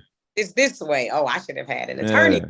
Oh, I should have had an accountant handle this. Oh, I should have Mhm. did this 3 years ago because now I can't get any money because I don't have a seasoned company. So we learn as we go. And so Yeah, that's how exactly. you compare the two. So Yeah. Erica, are you afraid of the AI taking over even in your business? Yes and no. Yes, because then obviously I would need it wouldn't be a need for me. But I think that regardless of how they try to automate society, like when I call in to comment on people's gas, I want a representative. Like I'm not gonna I'm not gonna press zero and chat and do all of like I want to talk to a You're not human. gonna I hate patronize that. the AI Oh, world. Erica, I hate that shit. Right. I swear. I want speak to a representative. Whether it's T-Mobile, ComEd, gas company, speak to a representative. I need somebody that can breathe. We need to Right. talk. Right. And you get hung up on. Yeah, they they do that sometimes. Yeah. we'll send you back through the prompts and then it's I go goodbye. through corporate, I email corporate and everything else. I'm telling you, Yeah. my voice will be heard, damn it. And it ain't gonna be heard through no computer automated system. Right. I ain't pressing shit. I need to talk to somebody. Right. That's how I think that therapy or the counseling field is. People still want that human dynamic. Mm-hmm. And so I don't think AI will have a huge impact, depending on the issues. Like, right, if you need somebody to talk to for decluttering, then that may be different. But in terms of trauma, those deep emotional issues or marriage issues, like you want a person to be able to help you now. You're not gonna get that. You're not gonna get that genuine assistance off of no damn AI, off no computer. When you crying or you got a point when you crying where you just I need to get this out. You're gonna say a computer gonna say it's gonna be okay. Right. Press 3 for Xanax, press 2 for Percocet, press 4 for, you know what I'm saying? What? Right. Yeah. I'm sitting there crying my heart out. I'm trying to put my emotions out here on the table. You telling me to pop pills? Ain't this a bitch? Yeah. So that's my quick generic interpretation of AI. Yeah. I don't think it had that big of an impact. I mean, like teaching. I don't know. I don't know how would it affect the classrooms or. Yeah, I just think that there's certain, like being a doctor, you go to the doctor and you want to talk to a person. So I think it's certain fields that it's not. But this Walmart right here by me, they closed that down pitch dark. And I used to go there and it was at least 20 self-checkouts and maybe 2 workers. So I thought that was dangerous being in an urban community that thrives on an urban trade lifestyle. That's what I call theft. Right. I call theft a trade. Yeah. Yeah. So why would you subject yourself to that? They knew what they were doing. That was if it wasn't an experiment, it was just to accommodate a social standard of being in this community for a tax write-off. They knew the losses and liabilities that were gonna be subjected to, and they knew that ahead of time. They wrote that. What Walmart? The one on 83rd? Yeah, that's the one I used to go to. 47th and College closed too. Yeah, they 47th and College closed. They shut that one down too. There are none in the city of Chicago at the time. Only things that strive out here in these neighborhoods is food and liquor stores, currency exchanges, churches, chicken and sanctuary. fast food restaurants. That's why it's beauty supply. On Yeah. church, I went to churches at the church. You did church. It's a Yeah. lot of money, but we stick to a strict demographic on where we want our money to go, man. When it comes to the hood, when it comes to urban, to me, Right. So But the AI I think Chicago was purposely keeping, I think Chicago prides itself on the mom and pop small business. And I think that they was working to keep the big box stores out of the city for many years anyway. So I think that that's why we got a Walmart, but then it's gone. What was that, probably 10 years or less? Yeah, it's gone. they pulled that Whole Foods out of Inglewood, and it's a mess over there about that right now. Oh, okay. Yeah. Well, I'm sorry. What was your question, Sunil? I have to wrap up here and get back to some people. Okay. Nothing. I'll let you wrap up. We're happy you had time for us. We're going to continue our show, which we do every Tuesday as a lunch break from 1 to 3. And you were a great guest. Thank you. Thank you. I'll continue to listen in. Wait, how can I find you guys to listen in? Same information. Subscribe to this YouTube, and you'll see previous episodes and upcoming episodes every week. Indeed, every week, every Tuesday. Okay. Well, it was a pleasure, right. you brothers, and hopefully you guys will have me again. Thank you for having this positive message of Black men for the Black community and to talk about industry issues. So I appreciate that. Please share, subscribe, and follow Twitch, Instagram, and YouTube. Okay. The UnDustry podcast. Yep. And thank you once again so much for episode 10, our first interview. It was awesome. I enjoyed talking to you and look forward to doing it again. I may consider a therapy session. No promises, though. No promises. No promise. Don't get too excited now. I'm just saying it's a consideration, but it's in the back burner. It's in the back. I'm with you. I'll wait on you whenever you're ready. All right, Erica. Thank you so much. All right, guys. All right. Bye-bye. All right. This again is the UnDustry. We do this every Tuesday. That was awesome. Every Tuesday from 1 to 3 as the after lunch conversation. We hope more people subscribe, build with us. Our buddy Hootie is here in the comments of the YouTube. What up, Hootie? P Mac. Regular, what up, regular, boy? regular. Episode reliable. 10, first interview. You know what I'm saying? With a Success. therapist, what, a counselor. What was she? A therapist, a counselor, an alderman, a scientist, a philanthropist. DJ. She was all type of shit. And a DJ. And she DJ on the side. If that ain't no definition of a Renaissance woman, I don't know what the fuck he is. That's one to put on the team, boy. Yikes. Nah, you know what I'm saying. Come on now. So P-Mac, they tried to put me out there, man. They tried to put all the issues on this nigga here, man. They tried to steal put me some out free there. therapy out the sister. That's what was happening. You on here shit. You gonna give me this free therapy. Straight up, man. They tried to put me out there, man. Jay, what up with it? Hour in the show. She stayed with us for an hour. Here's the question that we have to keep elaborating on and talking. Let's talk about it. Are we satisfied with the moves Adidas is making? Hell no. Fuck them. They like I said, man, the way Kanye is and how obnoxious and outrageous his antics is, whatever the case may be, they just want that money back.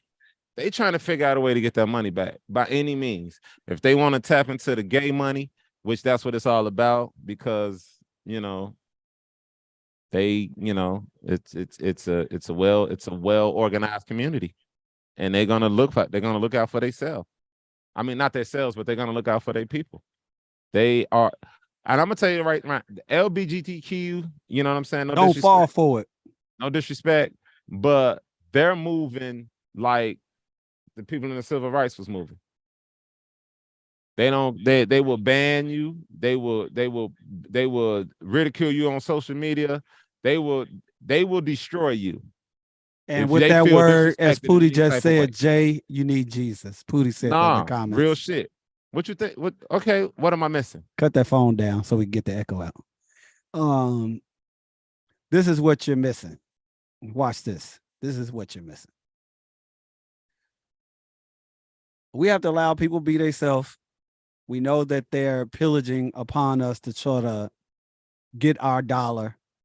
If we don't believe in our own self, like the Black Wall Street, to start marketing more towards us and spending more towards us, we always are going to be taken advantage of. So just be mindful, you know. We're not just talking about these corporations, as Kanye has become a product and a corporation, which, as we discussed him, be more mindful in your small businesses and businesses that are reliable. But those businesses do have to have reliable products. You have to have hours that are reliable hours. How can people shop and support your business and thrive your business and industry when you don't have reliable hours for them to rely on you to be open? You open and close when you want. Your product is not sustainable. Those kind of things. You know what I'm saying? It's just, you know, I'm more than happy to support businesses, but I don't want to go there and when I get there, y'all don't have my baked chicken this week. Y'all don't have. I understand products cost, but if I see a line out the door, but y'all don't have, it confuses me when McDonald's don't have fries. That don't even make sense. Not at all. It confuses me when Harold's be like, I don't know if mild sauce, huh? Yeah, right. We out of mild sauce, right? Those things. It's confusing to me. Yeah, I get it. Like I said, it just. I don't know, man. I guess it just goes with how our mentality is when we in the urban life. You know what I'm saying? We don't have punctual. We're not punctual. We don't have those same traits as motherfuckers as the yuppies downtown have. I'm gonna just put it like that. You know, they're getting rude too. Of course they are. They have no choice but to be. Rude? What you mean they have no choice but to be rude? Yeah, they're gonna be rude. They're gonna always be rude. Booty say poor customer service. Yes, Booty. Poor customer service. Yeah. That's just the nature of the beast, man. You know what I'm saying? What can I say about my people, man? I've always loved the mom and pop shops. You know what I'm saying? I wasn't a big fan of the punctuality and, you know, like I said, a regular business would be open Monday through Friday, you know, maybe off Saturday, Sunday. Most would be open Monday, Wednesday, sometimes Thursday, sometimes Sunday. Be closed on Tuesday, Wednesday. Oh my God. So I get it to a certain degree. And man, don't oversell if you can't provide. Don't oversell the product or your services if you can't provide. I tend to I'm gonna tell you all what I practice and what tends to have me have regular DJ clients. I go in, I tell them I'm gonna bring one speaker for a certain price and DJ services. So that's equipment, services, set up, breakdown. I bring 2 speakers. I might even do free video DJ in this time for them. You wrapping a package. You know what I'm saying? They know what they got inside, but you making it like a gift, a birthday gift. They get more for what they pay for. So they tend to then don't mind tipping. They don't tend to add on to increase that service. Oh, I need that video you did last time, that video DJing, because people enjoyed it. It adds sparkle to the moment. You know what I'm saying? And that's my advice to businesses. Yes, it could be more labor. Yes, it could be you can feel undervalued because you're adding something they didn't ask for. Because I get asked all the time, why are you bringing all this stuff? Because first thing, I'm a man, you know, 2 guns loaded. I'm ready for whatever's going down. You know what I'm saying? When it comes to DJing or even my solutions catering service. You know, I always got an extra piece of linen to offer up because they don't have enough. I always have an extra extension cord. You know what I'm saying? Because they don't have stuff to heat up their cheese for their snack bags. Snack packs and shit. Well, snack packs. Yeah, shit like that. You know what I'm saying? Yeah. This is the industry. Yes, we it do is. This every Tuesday. 1 to 3. That's that was a great guest. That was good. Yeah, Erica was dope. What's gonna happen next week? We know who our guest is gonna be next week. What's gonna happen? ANG13. What's gonna happen? I'm worried. What's happening? That's back to the club life, the club scene, what we do, or what I do, or whatever. So that's what it is. But yeah, next week, next interview will be Ange 13. Well, hopefully. I'm not gonna We're just gonna put steal her lunchtime. yeah, so we're that she gonna can we're gonna share. sneak in on lunch break and get it in. We got other interviews coming up. I will be having along the weeks to come. I will have other interviews with bartenders, barbacks, line cooks, chefs, head chefs, managers, general managers, everybody that's a part of this shit and do the, in the industry on a constant basis. That's who we're gonna talk to. Because like I said, it's a lot of experience and a lot of stories and a lot of unusual situations we're going to be listening into and be talking shit on. So you guys stay tuned, stay prepared, and stay ready. All right. I think the 27th, it will be Ticey Bell, a young lady, Black African-American woman who ran for mayor in Joliet. We're going to interview her.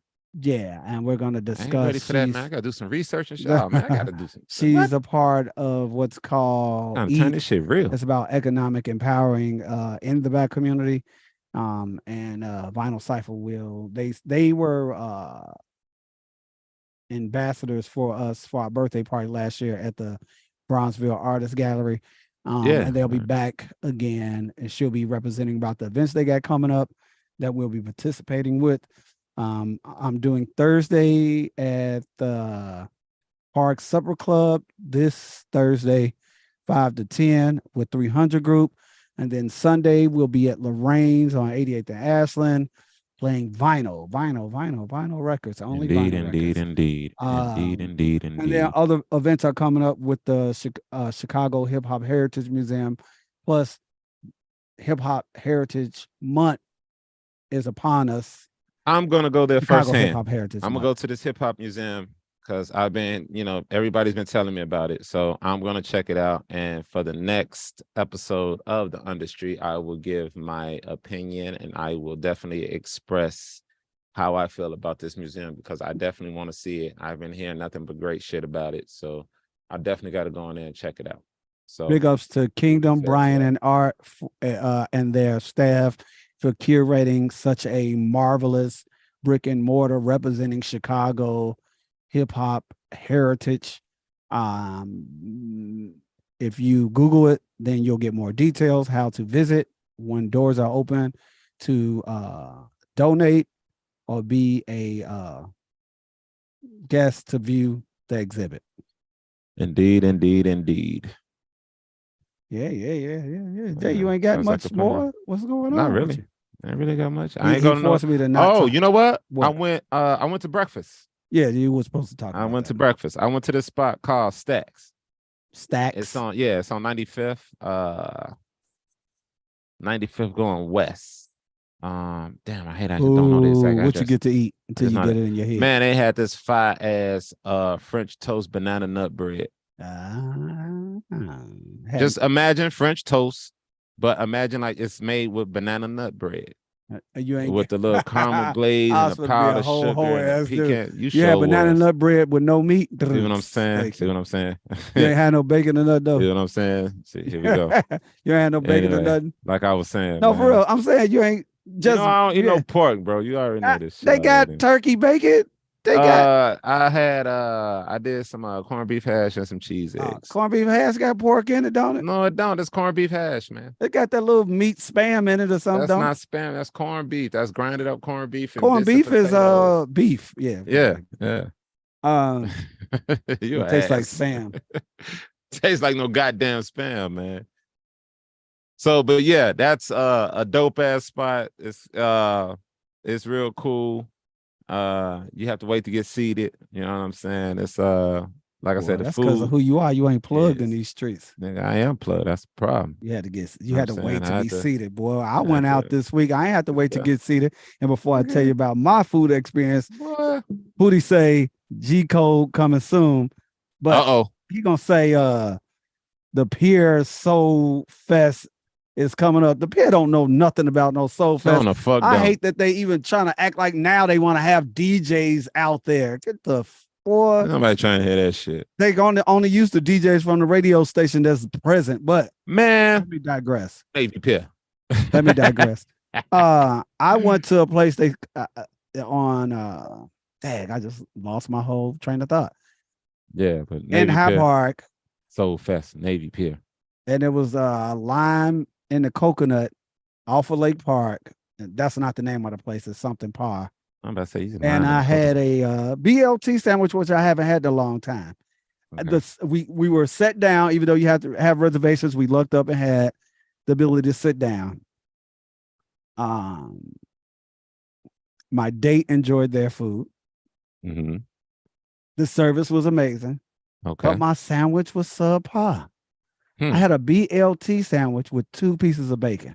So it was all this lettuce, tomato, bread, a special meal they had made with avocado, and 2 pieces of bacon. I had to order more bacon.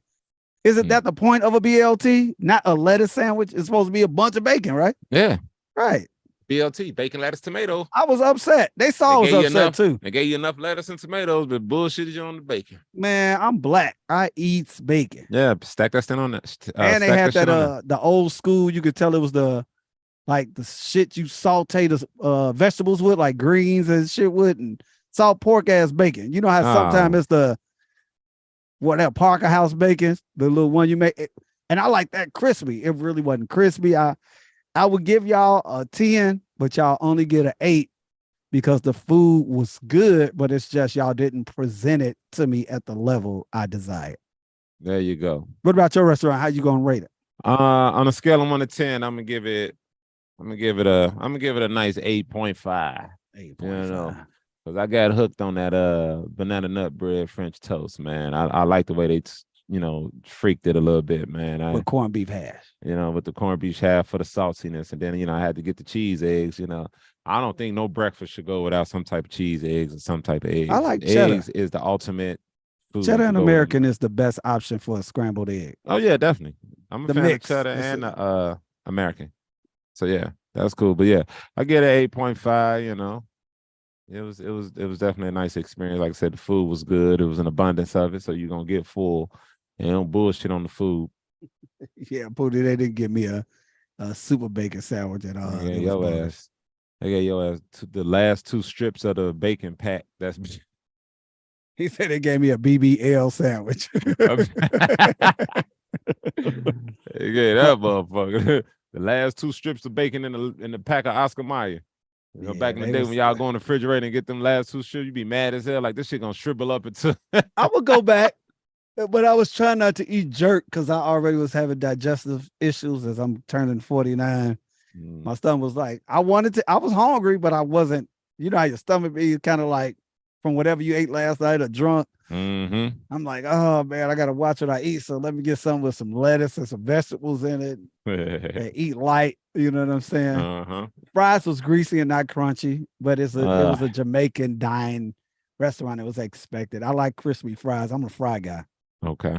Yeah. Top 5. Yeah. Now I will say about the hash was a little mushy than I expect, because like I said, with my corned beef hash, even when I make it at the crib, I like to have it a little crispy. I like that real dark. I don't like that raw meat look kind of when you cooking corned beef hash. You know what I'm saying? I like that fry. I like it to be a little crusty. I like that cooked, look. But other than that, it was cool. Jay, I'm gonna rate the View this week. Sunday, I'm gonna come there after church and take have the brunch. Yeah, do you think? Yeah. I'm gonna have the brunch. Sit Check down. it out.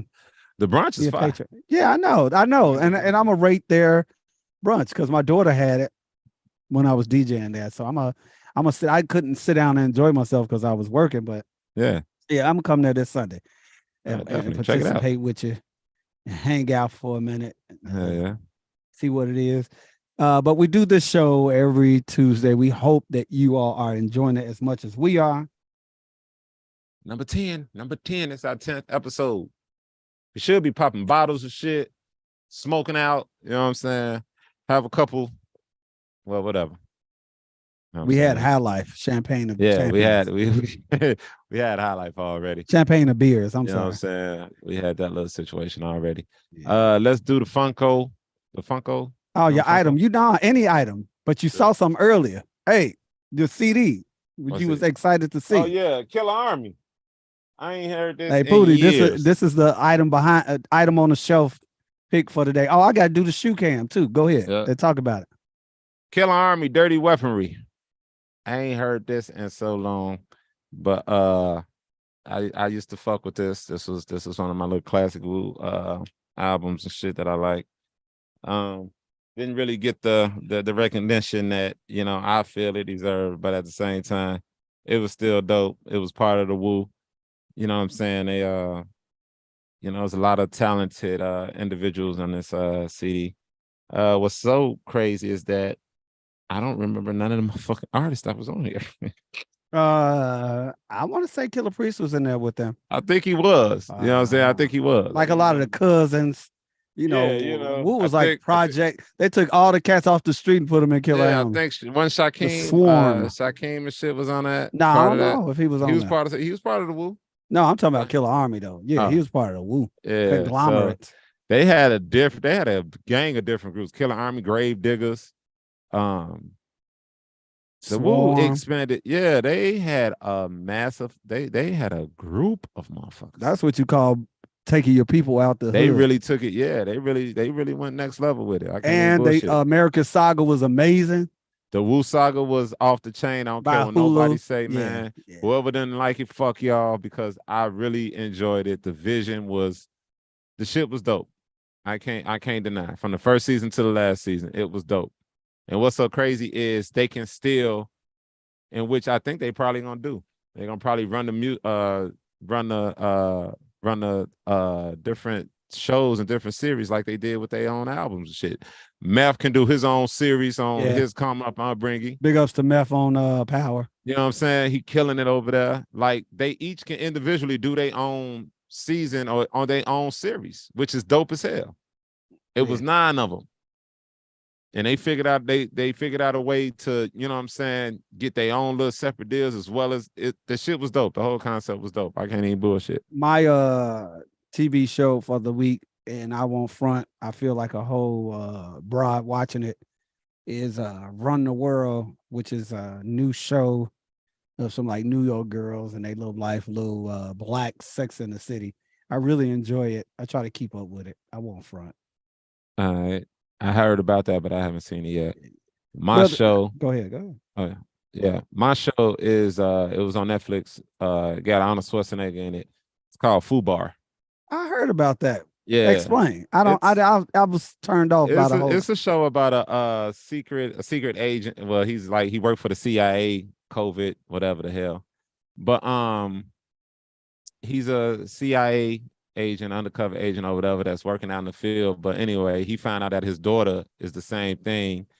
And he pretty much lost his family because of his line of work. You know what I'm saying? But he still loved his wife, his ex-wife and everything. So he's going back and forth with her. But at the same time, he's doing missions. And at the same time, he's doing missions with his daughter. And first episode, he didn't even know she was one of the operatives as well. So now they talking and having a little issues because, you know, daddy, you wasn't there for me, blah, blah, blah. But, you know, but overall, it's a good show. It's funny. Okay. You know what I'm saying? It's Arnold a good show. It's funny. Schwarzenegger. Yeah. Since Twins, I don't know if I know him for doing any comedy. Yeah, he's dope. Oh, and check out what's that? It's a show with Sylvester Stallone. Yeah, the King of Toulouse. Nah, where they bombed all the black people was at. Y'all know what we talking about. If y'all could think of it, let us know in the King comments. of Toulouse or something with Sylvester Stallone. That's a good show. I watched that whole season, which is fucked up that I don't remember the name of it, but that's a good show. You know what I'm saying? Ex-mob boss, they extradited his ass to a motherfucking slow moving town or whatever, and he started taking over shit, and now they want to come back and tell him, hey, you got to give us this, and he ain't giving y'all shit. You know what I'm saying? Like, it's dope. It's dope. But yeah, he against the family that he used to work for or whatever. They at each other now. They want him out the game. So next season's gonna be pretty decent or pretty dope in my opinion. The shoe shot of the week is some exclusive Afro wear slides. The Afro West slides. The reason they're exclusive, they won't really be reproducing this Those are kind of dope too. brand. You know, and in my age, I ain't really with the slide game, but I had to get them. I thought they were creative and very Mhm. innovative by a black-owned brand and designers. Shout out to all the cats from Afro wear. This is the shoe of the week. There we Some go. slides, you know, SP1 normally don't wear slides. I got some Crocs. I'm gonna show my Crocs next week. I don't want to see my glass Crocs. Man, I know I felt like that about Crocs also in the Crocs. beginning, but now I've been seeing Mars with some designer Crocs on. I'm so confused. It's like they the new Payless shoe, but they fancy. On the real. Hey man, we was having this debate at work, and I could have sworn I saw New Balance in Payless. Yes, and champion. And see, don't nobody believe me, but I could have sworn I saw New Balance in the Payless shoe stores. New Balance, right? They're orthopedic shoes. So y'all motherfuckers, man, I told y'all, New Balance was sold in Payless. Because they're orthopedic shoes. Yeah, like, you know what I'm saying? They were telling me, nah, this is how you gonna tell me? I've never bought New Balance shoes, but I seen them in I'm gonna there. show some cold New Balance shoes next week. The ones that's out now, yeah, but New Balance shoes wasn't I that don't like attractive that to me new back one. The then. big M one look like the waffles. I don't like those really. I gotta look at some of them because I Ed know I like like 'em. some Ed of the got ones like three Kawhi pairs. got out because you know Kawhi Leonard is with New Balance. Oh, okay. He has some nice shoes, but I never liked the way them shoes were shaped. It always felt I'm like gonna it tell you this. wasn't enough shoe. Look, this is what I ain't talking about. The original New Balance are orthopedic shoes. I don't like those or the Nike ones. The dead shoe, The dead shoe. look like a father's shoe. It's these kids. They wearing these shoes with the bottom look like it come from a senior citizen home. Like it's to help with their arch. They're Oh, made my like that goodness. and they're fashionable now. Like Oh, mom my jeans goodness. were fashionable at one time. Girls wear the crop top with the mom jeans pulled all the way up. Yeah, man. They were wearing the dead shoe. I don't know, man. I don't know. This generation is just so different. So Men yeah. wearing these grandma sweaters, that shit whack. They got these decorative sweaters with daisies knitted on them. Dude, that's I whack. don't understand it. Like I said, that's why we doing this show called The UnDustry. You know, it's informative. It's not for the young, no, not for the extra young. You know, because we Again, also mostly thank be you talking to our about y'all guest. asses. Also, thank you to our guest, Erica. She was very informative. Erica and very Pugh. insightful. Thank you so much. I Yeah. will be I might do a session just to see where it leads. See if I What can the open hell? up this cold heart of mine. Icebox where my heart used to be. Is Shout out this to happening right Omarion. now? Sweet nigga. Huh? I say, is this happening right now? What's up? You singing? Man, that's my shit. That was a jam. Yeah. Marion was going through a thing, man. Shout out to everybody that's coming out and supporting us and everything. We definitely please want you guys to continue to subscribe and like, you know what I'm saying, make comments, talk y'all shit. You know what I'm saying? Because that's the same thing we doing. We're on YouTube now, so I'd like to thank everybody who made that possible. All our 54 plus subscribers, or however many we have now. I think we have 54. I think we have 55, 56 now. So you guys, man, y'all keep just saying word of mouth, man. Just come and check us out on Tuesday on YouTube. You know what I'm saying? 1 p.m. to 3 p.m. Every Tuesday, we're gonna come in here. We're gonna talk our shit a little bit. Like I said, at the same time, we also doing interviews now. We did our first interview today to bring in our 10th episode of doing the UnDustry. All right. I wish we could have had some shirts or something, but it's only 10 episodes. So I ain't gonna worry about that shit. This shirt, the We're UnDustry. gonna get this, we're gonna get this motherfucker up to 100 episodes. You know what I'm saying? 100 episodes, 100 plus subscribers. Let's get it. You know what I'm saying? So 10 down. What's that? 90 more to go. Pootie say 1,000 to go. 1,000 to Please go. again subscribe, follow, like, and comment on the YouTube page. Yeah.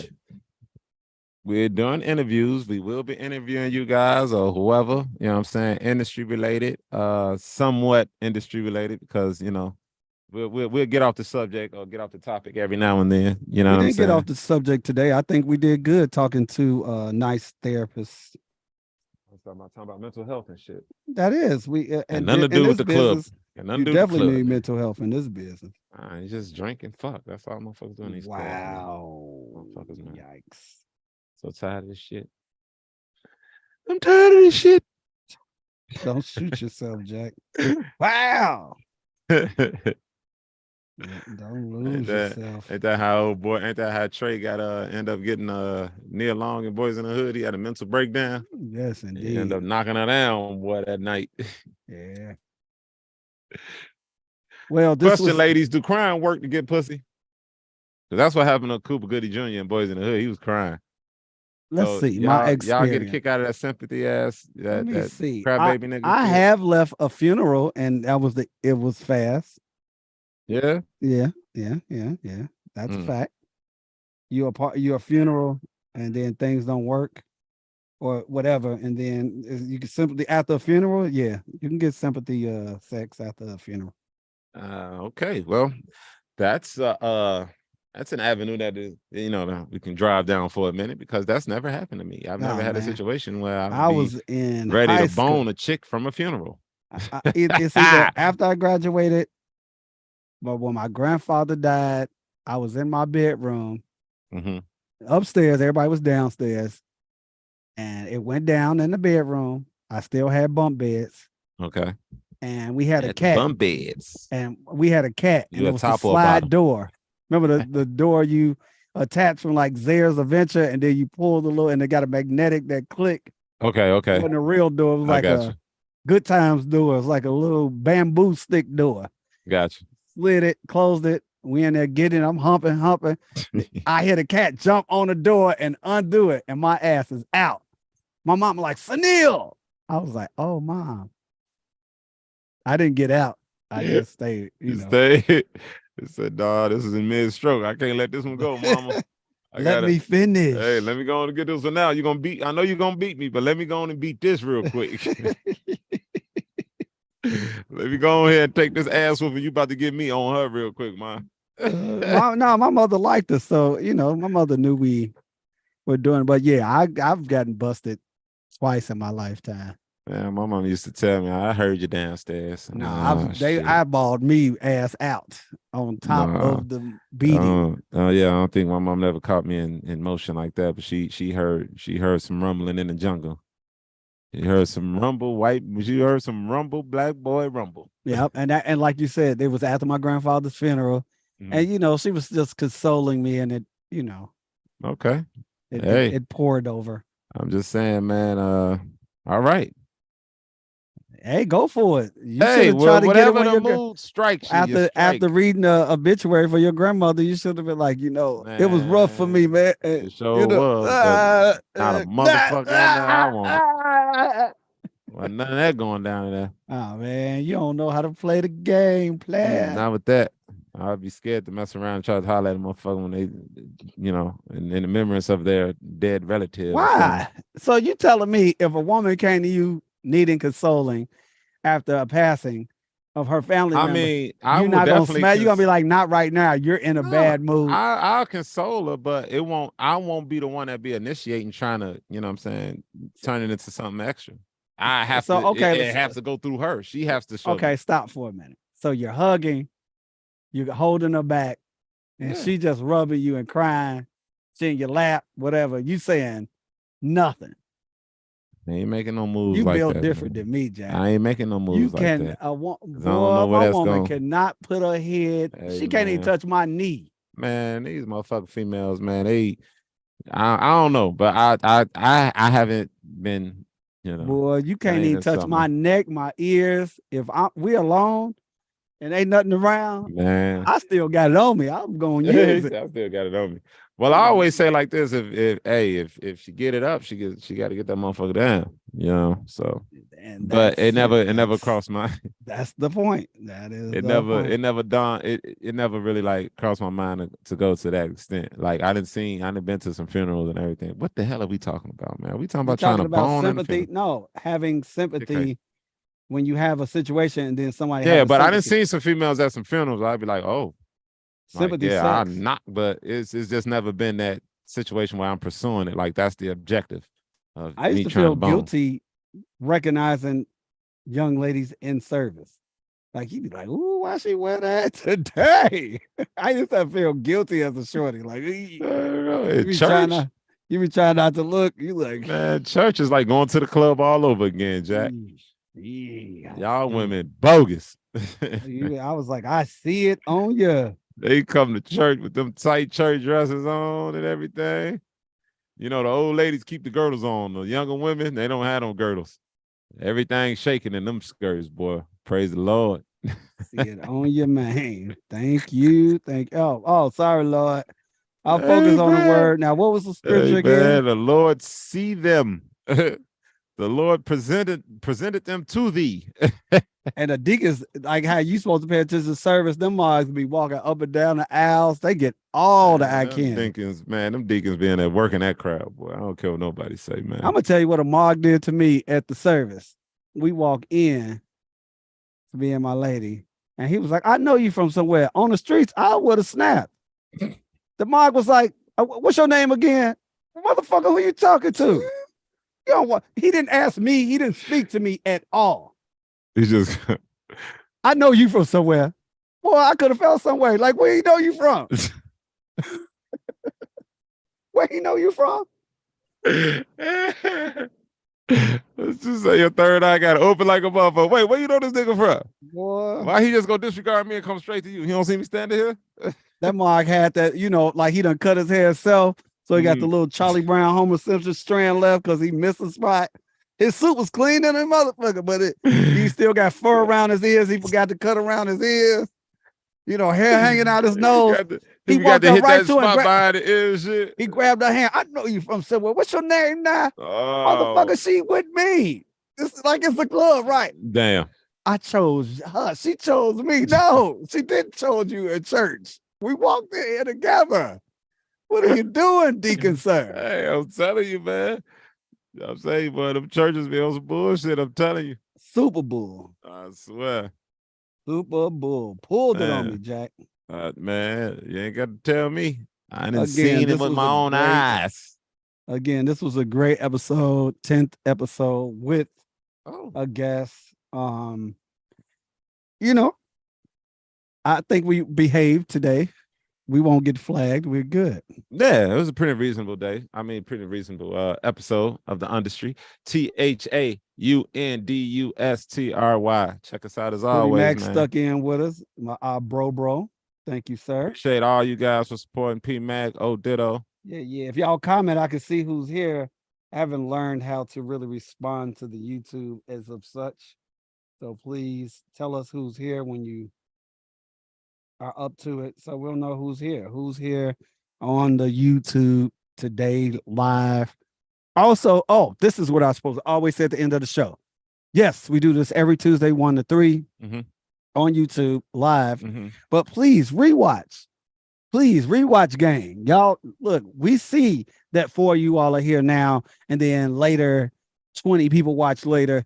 Look, it'll eventually, y'all will be a part of the hundreds of people who will be watching and rewatching, having great topics, adding on to topics, coming in as guests. Yeah. Please. This shit is gonna get better. It's getting better. We're doing the interviews now.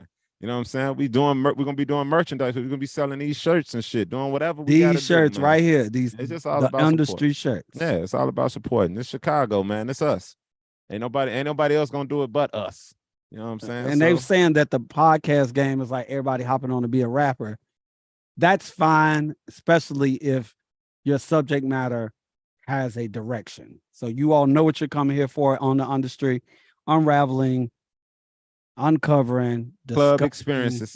experiences, restaurant experiences through the eyes of the consumers, through the eyes of the workers, employees, employers.